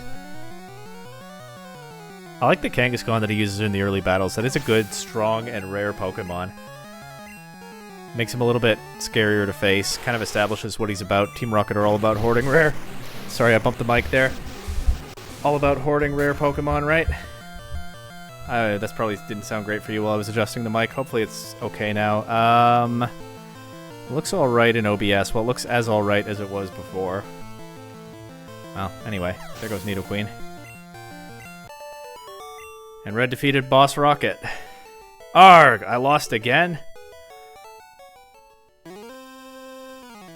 This is my second time ever recording with the mic closer to my face, so I guess this is going to happen at some point. Blast it all. You ruined our plans for Sylph, but Team Rocket will never fall. Red, never forget that all Pokemon exist for Team Rocket. I must go, but I shall return. Alright, sounds pretty ominous. Anything to see over here? A PC? Really? I didn't know that was going to happen. That's not even the first time in this playthrough that I've been surprised by a PC I didn't know about, right? That's fun. They're all over. Any computer could be a usable PC. Thank you for rescuing all of us. We admire your courage. Alright, thank you. Nice little corporate statement there. Let's see what this guy has to say. Thank you for saving Sylph. I will never forget you saved us in our moment of peril. I have to thank you in some way. Because I am rich, I can give you anything. Here, maybe this will do. That'll do pretty nicely. You can't buy that anywhere. It's our secret prototype Master Ball. It will catch any Pokemon without fail. You should be quiet about using it, though. There we go. Team Rocket came here to steal their secret prototype. A kid fended them off. The president resisted for a long time. It took me a while to get here. A kid showed up and drove Team Rocket away, and then that special, valuable secret prototype was just given out to the kid to thank him. I mean, you know, it is an appropriate... I did a massive favor for Sylph here. You could argue it's an appropriate reward, but...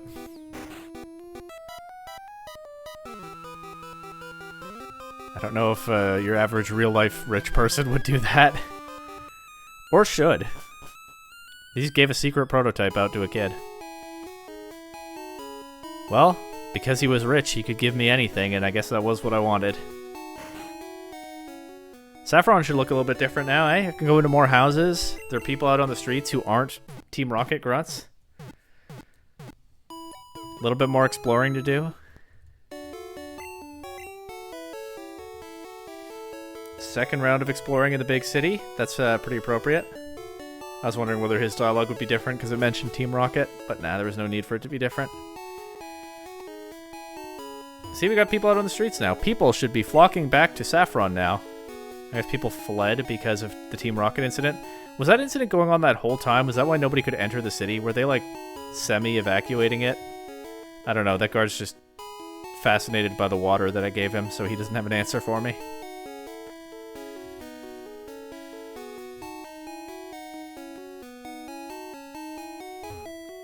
Yeah, Team Rocket is gone. It's safe to go out again. The city really was in crisis for quite a while there, huh? And nobody else did anything about it, not even Blue. Well, that's been memed to death by now. You beat Team Rocket all alone? That's amazing. That guy's a legit scientist, I guess. Now I can go in here. Thank you for writing. I hope to see you soon. Hey, don't look at my letter. Goo. I was given a PP up as a gift. It's used for increasing the PP of techniques. I looked at her letter. Whoops. That sure was rude of me. The copycat is cute. I'm getting her a Poké Doll. Oh, is that going to be the one that she loses 3 years later? So that the protagonist of the Johto games can find it for her and give her a rail pass? Receive a rail pass from her? Am I going to get a magnet train pass 3 years from now because this guy finds a girl cute? Well, let's go. You give her that gift. Good things will come from it. I'm not sure if they'll come from it for you or just for someone else, but good things, you know? Chansey! These folks have a Chansey? How do you get a Chansey? I didn't get a Chansey. I went one into the Safari Zone twice. I never even found a Chansey. How do you have a Chansey? My daughter is so self-centered. She only has a few friends. Aw. My daughter likes to mimic people. Her mimicry has earned her the nickname Copycat around here. That reads kind of proud of her. And she's just like, my daughter is selfish. And now Red says, hi, do you like Pokemon? No, I just asked you. Huh? You're strange. Quit mimicking? But that's my favorite hobby. As many people have pointed out over the years, the implication that the player character is saying those things to her and she's parroting our dialogue back to us. Kind of fun. The silent protagonist, not so silent, at least by implication here. And also the implication is Red goes up to people he's meeting for the first time and says, hi, do you like Pokemon? Which does seem perfectly in character, doesn't it? That would be Red's greeting. No question. No, I just asked you, huh? You're strange. A little bit of personality shown for Red there. If we assume, and I think it does make sense, that she is parroting things that we've said to her. There we go, more personality than just standing there silently, which of course is what they rolled with even when Red showed up in the Alola games. We got a little bit of something there. This is a rare Pokemon, huh? It's only a doll. Oh, maybe this is the one she loses. How did it turn around if it's only a doll? But yeah, maybe that guy wants to give her a doll because he knows she already has them and likes them. Maybe it doesn't matter what he does. Maybe nothing matters. Here's her duo. It says, Gee! And then it says, mirror, mirror on the wall, who is the fairest one of all? Back in the days before Chatot, when just like, there wasn't a parrot Pokemon, so, I don't know, just give her a bird and have it talk. Sure. A game with Mario wearing a bucket on his head. I'm sure that's a really specific reference, but I don't know what it is off the top of my head. This is a rare Pokemon, huh? It's only a doll. What game does Mario wear a bucket over his head? Someone let me know. I don't think I know the answer to that. I saw Rocket Boss escaping Sylph's building. I guess it's fair that everyday people don't know his name, but we're going with Rocket Boss, huh? Alright. Well, at least the shining golden land of commerce is back. Restored. Able to do all that commerce again. It's commerce time. Got a guy with a bird. I flew here on my Pidgeot when I read about Sylph. It's already over? I missed the media action. BBB. You a journalist? You sure took a while to show up. That's gotta be your own fault. That you missed it. Is there another blocked house somewhere? Maybe not. Not Mr. Psychic. They couldn't get him. Well, that just leaves these two gyms over here.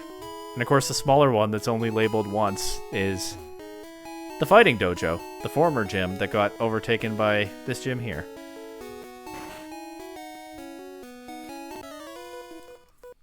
Hoo-ha! You're trespassing in our Fighting Dojo. Yeah, but I'm better at battling than you, so you're gonna have to live with it.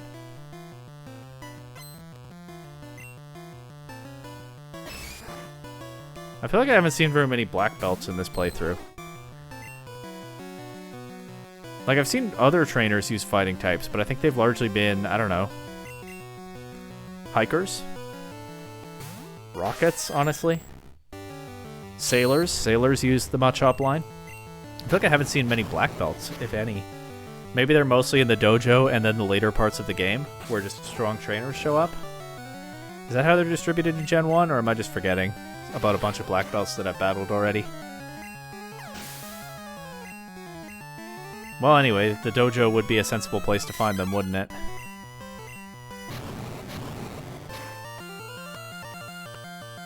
But they weren't ready for a Psychic-type mythical Pokemon throwing eggs at them. That's for sure. Okay, yeah, I was definitely due to miss some of them, some Egg Bombs. I've had pretty good accuracy luck with that move lately.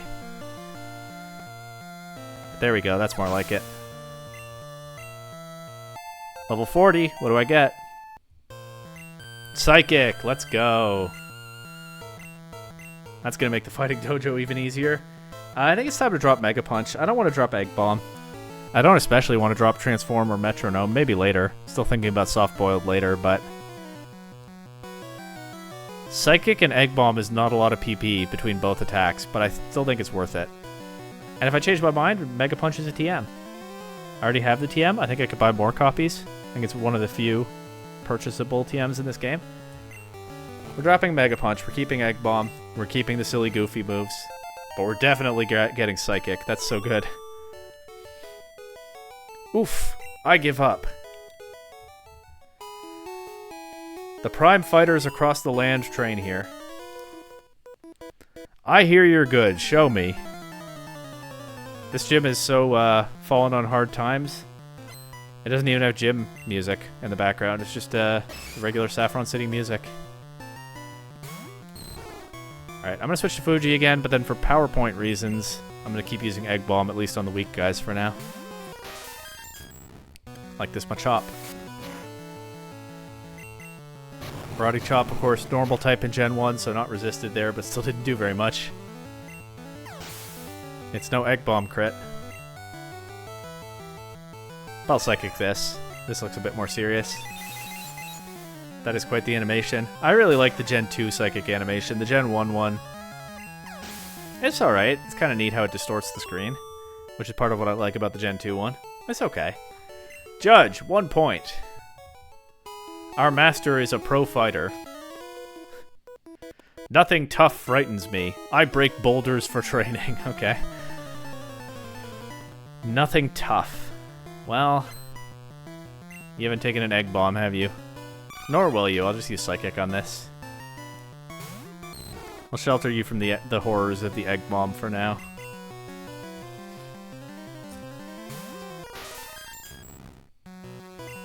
X attack. That's tough, and it could frighten me, but never mind.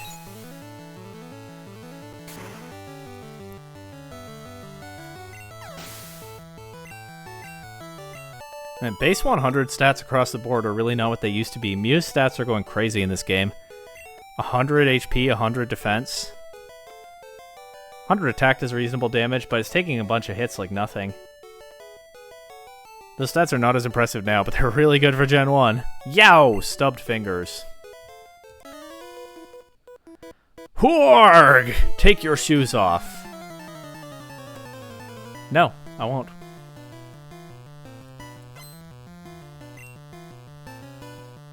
And you're not about to make me.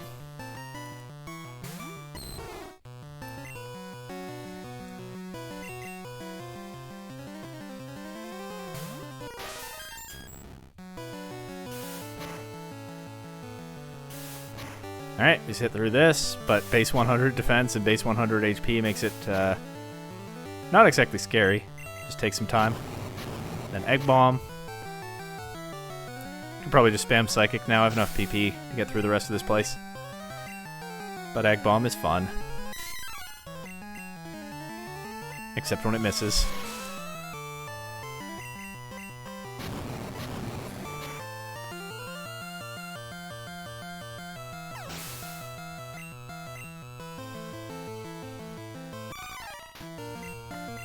Alright. That just leaves the gym leader, the Karate King, Boss Dojo. He'll just be called Black Belt in the battle screen, I'm sure. But let's see how he introduces himself. I give up. Grunt. I am the Karate Master. I am the leader here. You wish to challenge us? Expect no mercy. Fwa! Alright, the Karate Master. He's got a couple of Pokemon I haven't seen before in this playthrough. Here's Hitmonlee. Great sprite.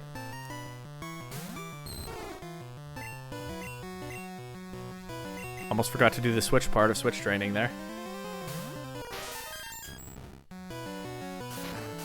Pretty good sprite. Its arms look a little weird.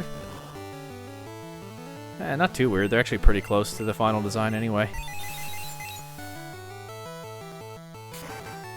I guess this is probably not its very first sprites. They probably were working off the final... Well, maybe they weren't. Some of the sprites here definitely don't match final designs. Iris is ready to evolve into a Dragonair. Trying to learn Slam. Sure. Get rid of Leer. Not getting rid of Wrap just yet.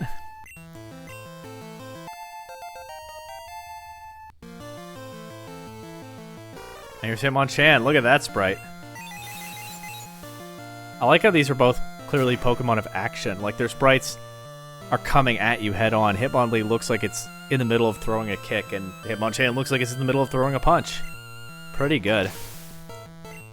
I do think I like the Hitmonchan sprite a bit more. They're both pretty solid. Hua! Arg! Beaten!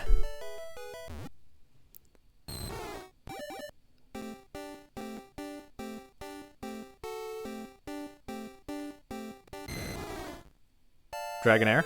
One of the prettiest Gen 1 Pokemon. Great design. Big fan. Probably going to have that for a while. Might not get to the point of a Dragonite within this playthrough, but we'll see. Indeed, I have lost, but I beseech you, do not take our emblem as your trophy. In return, I will give you a prized fighting Pokemon. Choose whichever one you like. So obviously this is how you get a special rare Pokemon. Gen 1 is full of those special rare Pokemon that you get in a specific way. They do also add a bit of exclusivity here. Not version exclusivity, but exclusivity of the Glastrier, Spectre, Regieleki, Regidrago kind. This is almost the first instance of it. I guess the fossil choice earlier in the game was the first one. I can choose either Hitmonlee or Hitmonchan. I'm a little bit curious about the lore justification here. I suspect they probably didn't put a whole lot of thought into it. This guy is a gym leader. Sort of. This used to be the official gym of Saffron City. It's fallen on hard times. I beseech you, do not take our emblem. I take to mean that he doesn't want me to take his gym badge, which I imagine would not count toward going to the league anyway. This is not the anime, where there are a ton of official gyms, and you just need to beat any 8 of them. But why is he so set on me not taking it? I guess he gets to do that because he's not the official gym anymore, but maybe it would be worse for the gym's reputation. Maybe it would be like a shame thing, or like they're already on hard times and it would hurt them even more. It'd be like a PR loss or something if someone actually came and took their badge. I don't know. I'm a little curious about what Game Freak were thinking there. Maybe they were just thinking, this is a vehicle to give this Pokemon to the trainer, but let's have him say a thing. But they didn't have to have him say that line. Guys trying to keep their reputation up, maybe compete with Sabrina's gym for official status again? Don't know. As for which fighting type to take, honestly, I didn't think about it until well into recording here, into those Sylph battles with Team Rocket. Before recording, I didn't think about this at all, but Hitmonchan is kind of more interesting in a way because it gets the elemental punches by level up. That said, they are all special in this generation, so they're not actually good on Hitmonchan, but they add a little bit of variety to its move pool that Hitmonlee doesn't have. I also did really like that Hitmonchan sprite. It looks like it means business. But I don't think I want the piston punching Hitmonchan. I think I want Hitmonlee for 2 reasons. 3 reasons. That is the hard kicking Hitmonlee. 1, it's just the design I like more of the 2. It's my favorite design of this eventual trio. Sure is an interesting looking creature. 2, I feel like not getting the special elemental punches, even though they're mostly just aesthetically interesting for Hitmonchan in the early gens, can't really make good use of them. I still think that gives Hitmonlee a little bit of an underdog quality that I like. And 3, and this I think is the actual deciding factor. As I record this, I'm at about the end of the regular season for Season 10 in the Prismatic Draft League. That's the draft league I play. My favorite content on this channel. Check it out if you haven't. And my best season so far was Season 8, 2 seasons ago, where I won the championship. My only one so far. And Hitmonlee was on my team.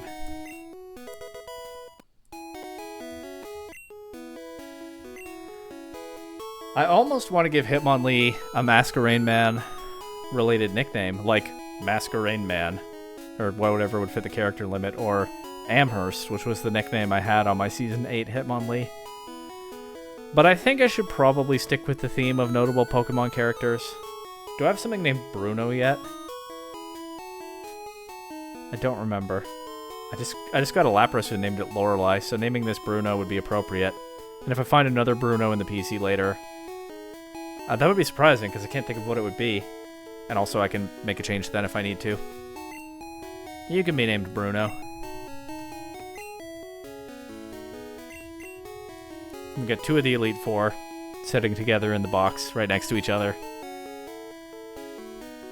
And yeah, in honor of PDL Season 8, my championship team playlist on the channel, Hitmonlee is the choice. Ho! Stay and train at karate with us. Better not get greedy. Alright, well maybe staying and training at karate would be fun, but yeah, they don't even put my name on the pillar. But I've got other stuff to do. I'm gonna go heal quickly.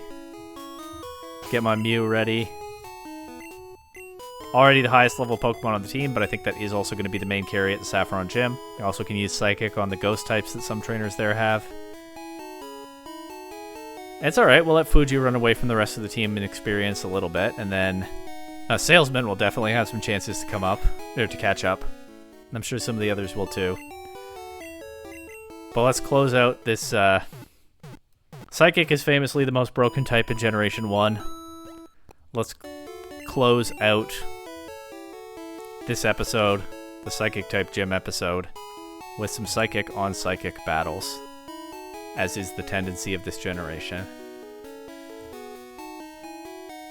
By the way, I do want to shout out Sabrina's gym.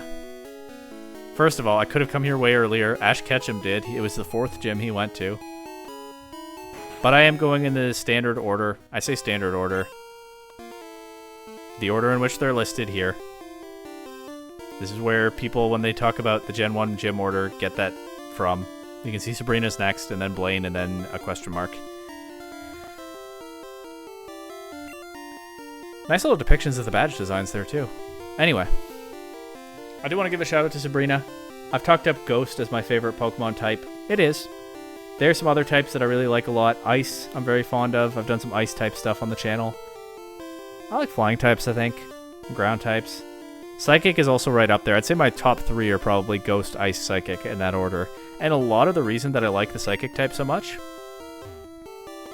Yo Champ in the making, Sabrina's Pokemon use Psychic power instead of Force. Fighting Pokemon are weak against Psychic Pokemon. They get creamed before they can even aim a punch. That's some good 90s lingo. They get creamed. Which, for the youth who might have some not great ideas, it means they get beaten easily. They lose a one-sided battle, that's what it means. Anyway, a big part of why Psychic is one of my favorite types is watching Sabrina's Kadabra in the anime. It really made it was so OP, it really made it look like a Psychic type could do basically anything and just dominate any battle. And that made that type look massively powerful, which was appropriate to the Gen 1 games. I also, in my very first playthrough, the stars of my team, arguably, were Alakazam and Espeon. So I had some good results in Psychic types. It was Psychic types. My first playthrough, I mean Silver version, my first game. My early experiences in the game made psychic types look really good too, but yeah.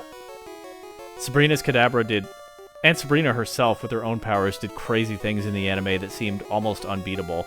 I mean, Ash did kind of cheese out a win in the end, with Haunter making her laugh so much that she couldn't focus on the battle. That was how Ash got that badge. So psychic types just looked so ridiculously broken, and in ways that were cool and powerful beyond our understanding. That really shaped my overall impression of the type, and that is why psychic is one of my, not my very favorite type again, but one of my few favorites. Sabrina is young, but she's also our leader. You won't reach her easily. And Sabrina really shows the power of the psychic type. Obviously, she's a head-to-head matchup against the Fighting Dojo, which is definitely part of the lore here, but she is a young prodigy gym leader who displaced an already established gym because she's just that strong. Really does fit with the flavor of the psychic type at the time, doesn't it?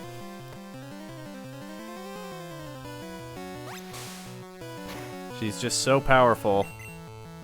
The existing gym leader is not the gym leader anymore and begging people to please not take his badge because his gym is already on hard enough times. Okay, these Slowpoke are not great for what I'm doing here. The fact that it takes 2 Egg Bombs to knock them out. Not the best Fuji matchup. I'm already burning through a lot of Egg Bombs, actually. Oh well. I'm going to switch out against this Slowbro. Look at that sprite. Look at the size of that shell. Maybe it's a perspective thing. I think some of these sprites is a perspective thing, but it looks massive. Slowbro's tail looks pretty long for the shell to be angled like that. I guess it's just holding on to the tip, but still. And the way Slowbro's kind of hugging it almost looks like it could be hiding behind it for safety as well. But Slowbro, of course, has such a vacant look on its face. Who knows what it's thinking? That's a pretty cool sprite. There's this guy defeated. I don't think I've been running into Psychics either. But they're so powerful. I guess now would be the time for them to start showing up. I lost my concentration. There used to be 2 Pokemon gyms in Saffron. The Fighting Dojo next door lost its gym status when we went and creamed them. I like talking about creaming people here, but yeah, exactly. Young, star, overwhelmingly powerful Sabrina. The Fighting Dojo just couldn't handle it. The type matchup is real too, but anyway. You and I, our Pokemon shall fight. But that guy worked for so long at karate. And then Sabrina with her overwhelming psychic powers. There's just nothing he could do. She creamed him. Yeah, so there are ghost types to fight in here as well. Which in this game necessarily means there are also poison types to fight here. There's that... Sabrina also will have a Venomoth on her team. There's that interesting psychic-poison crossover in 2 consecutive gyms, with one of them more focused on poison and the other on psychic. Not sure what Game Freak we're cooking with that one, but it's kind of interesting. But also, good thing Fuji has learned psychic, and I can just sweep these aside now.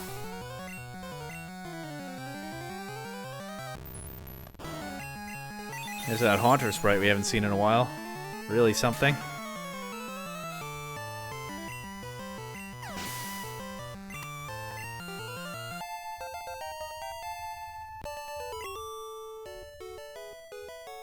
I lost after all.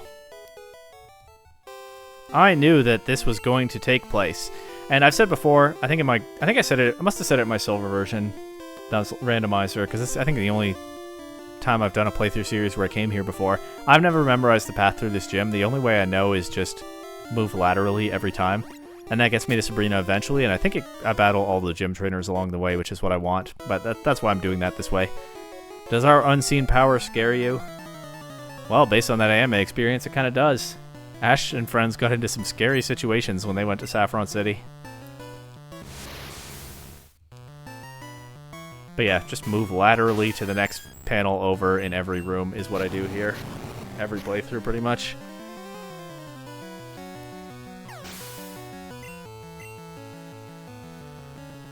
Not another Slowpoke. They're the only problem here, because they're kind of bulky. For PP reasons, let's use a Psychic. I actually could have gone for Metronome there. That might have been better.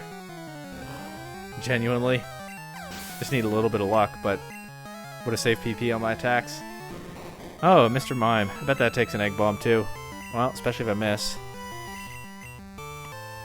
2 in a row. 3 in a row. And now it's boosting its defense. I thought about going for metronome there, but if it's boosting its defense, let's just try to surf it out of here.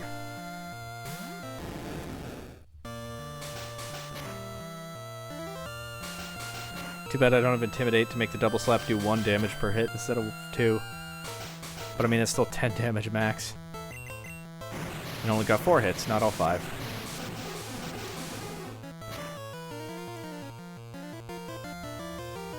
Okay. Barrier does nothing about Surf, so this is fine.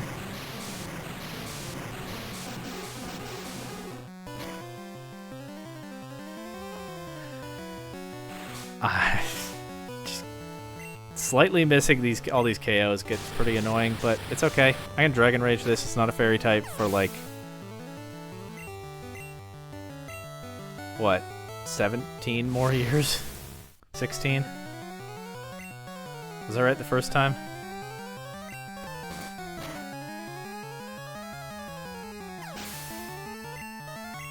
Yeah, like 17 more years. I never foresaw this.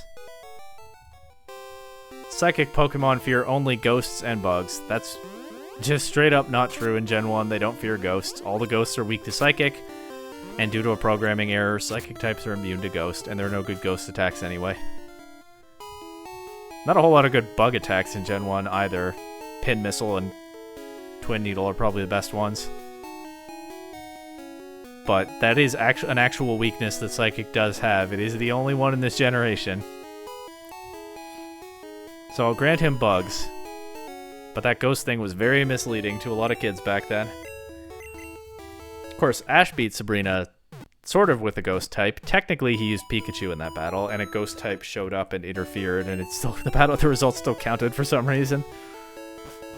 Well, because there was a bigger plot going on there about saving Sabrina from herself, and the battle was less important. But, that ghost did defeat Sabrina.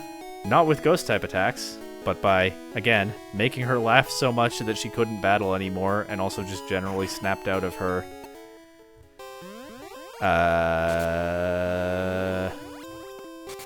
mental state that she was in. So that's something, but there's not really any way that converts the game mechanics. Saffron Pokemon Gym is famous for its psychics. You want to see Sabrina?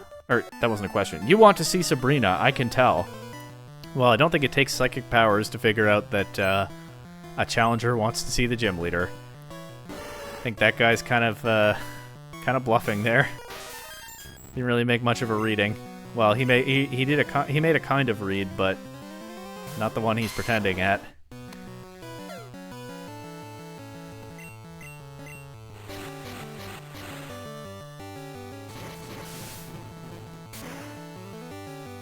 You can see that Shelter's teeth kind of sunk into the slow poke tail. That's a little bit odd. It is an interesting sprite, though. Arg! And I mean, we know it's biting the tail. What difference does it really make to get a good look at it? That's right, I used telepathy to read your mind. A challenger came in. I'm gonna freak him out by making a psychic reading that he probably wants to challenge the gym leader. Sabrina is younger than I, but I respect her.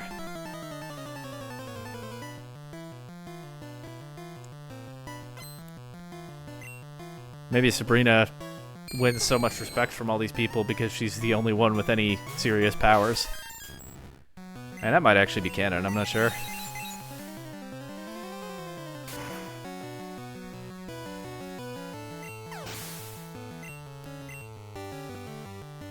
In the anime canon that I keep talking about, she just had like extra powerful, extra strong powers. Her powers were beyond other psychics, I think. Her dad showed up and he had powers too, but I think she was stronger than him. Which is why he couldn't defeat her himself and needed Ash to find a roundabout way to do it. Not good enough. Although I think he also was like, Ash, you should run away and not try to challenge my daughter, and Ash didn't listen because he needed the badge. That was a weird little storyline, but sure did stick with me over the years. In a battle of equals, the one with the stronger will wins. If you wish to beat Sabrina, focus on winning. Who said we're equals? She's good, I gather, but you know that power alone isn't enough.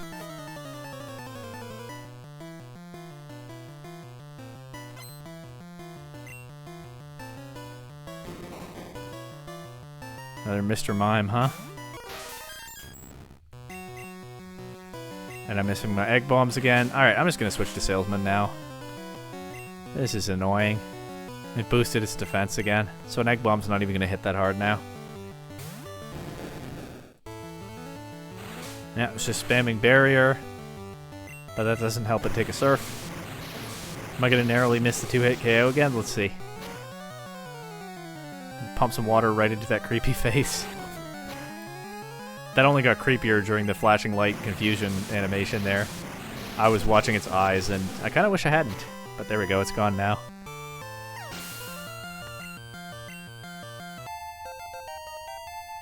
Yeah, Fuji's running away from the rest of the team in experience, but it's okay. They'll get chances to catch up, at least some of them. There's definitely a strong half of this team. Kyoi's pretty good too. There's definitely a strong half of this team, and then Iris. Well, Iris hasn't battled as a Dragonair yet, so we'll see. Red is definitely... Not Red, Ash. Ash is definitely lagging behind. I don't believe this. Sabrina just wiped out the Karate Master next door. Just as in it happened recently, or just as in it was so easy for her, she just did it. I'm not sure. Pokemon take on the appearance of their trainers. Your Pokemon must be tough, then. Whoa, she said I look tough. Another Channeler, so another Ghost. Don't think I'm going to see a Gengar until Agatha, so yeah, if she has one Pokemon, it would be a Haunter. The levels are getting more serious, but they're still comparable to Fuchsia area. Very much allowing for me to do this before that. Which makes it easier to do this, of course, when I already did that. I knew it!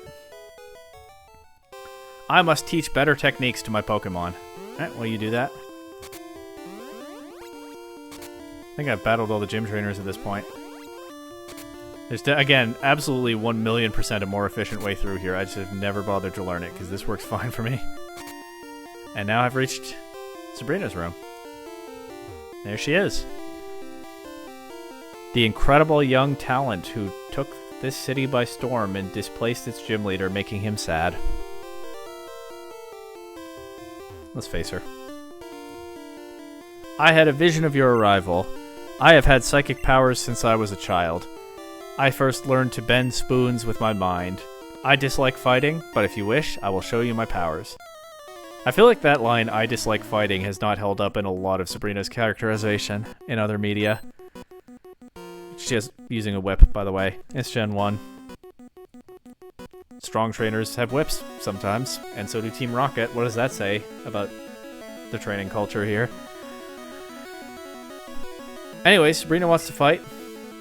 Even though she dislikes fighting, which again, I think did not make it into her characterization in the anime or the Adventures manga, where she's a Team Rocket executive, or like some of the trading card art where she just kind of looks villainous. I guess you can be villainous and dislike fighting, but yeah, I feel like that part of her character never really went anywhere. Anyway, one Egg Bomb gets rid of the Kadabra after it disables Transform, which is pretty rude. Now she's a Mr. Mime. That's not taking an Egg Bomb very well. It did take one, but not very well. And this one's not spamming Barrier.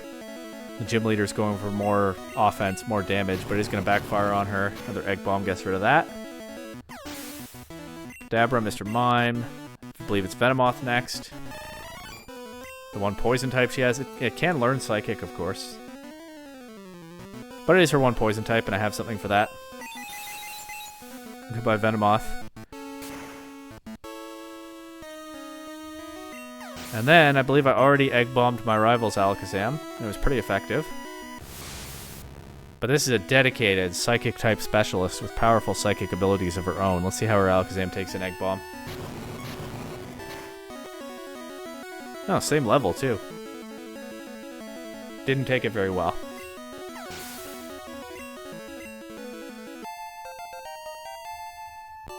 Fuji's a little bit ahead of the rest of the team, but it's not too big a deal. And Sabrina, defeated. I'm shocked, but a loss is a loss. I admit I didn't work hard enough to win. You earned the Marsh Badge. Is that Sabrina? Is that what Sabrina's about? She coasts on talent and she doesn't work hard enough when a trainer like me shows up? I feel like I could take some time later to think back to the gym leader characters so far. There's not a lot to them. It's Gen 1 after all, but they do all kind of show different sides of this region and its culture in some ways. But yeah, Sabrina, I guess, found the limits of talent there. Which are, I don't know, sometimes there's somebody more talented and they've traveled all over the region and they've also bent the fabric of reality to get a mythical Pokemon that's stronger than anything you have. Don't you hate when that happens?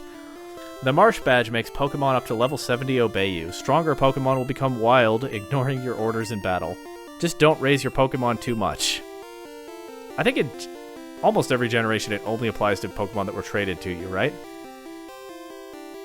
Or were you not the original trainer? Famously, Ash's Charizard disobeyed him, but hey, he wasn't his original trainer. But she just says, Pokemon will become wild if you raise them too much, so don't do that, so I'll take her word for it. Wait, please take this TM with you. TM46, it's Psywave. Let's see how she explains that move. It's a weird move. TM46 is Psywave. It uses powerful psychic waves to inflict damage. That's it? That's all I'm getting? Everyone has psychic power. People just don't realize it. I saw lines like that as a kid, and I wanted to unlock my psychic power. There's the disappointing side of how awesome psychics looked as a kid. Oh well. That was a terrible explanation of Psywave, a move that I don't actually understand to this day, but it has variable power. I don't know, somehow. And that's 6 badges down. That is the most broken type in the game. Defeated. 2 gyms left to challenge, of course, over the next couple episodes. A little bit more of the Kanto region to explore. Some legendary Pokemon to catch, perhaps. I can't already go do that. But that's it for now. See you next time for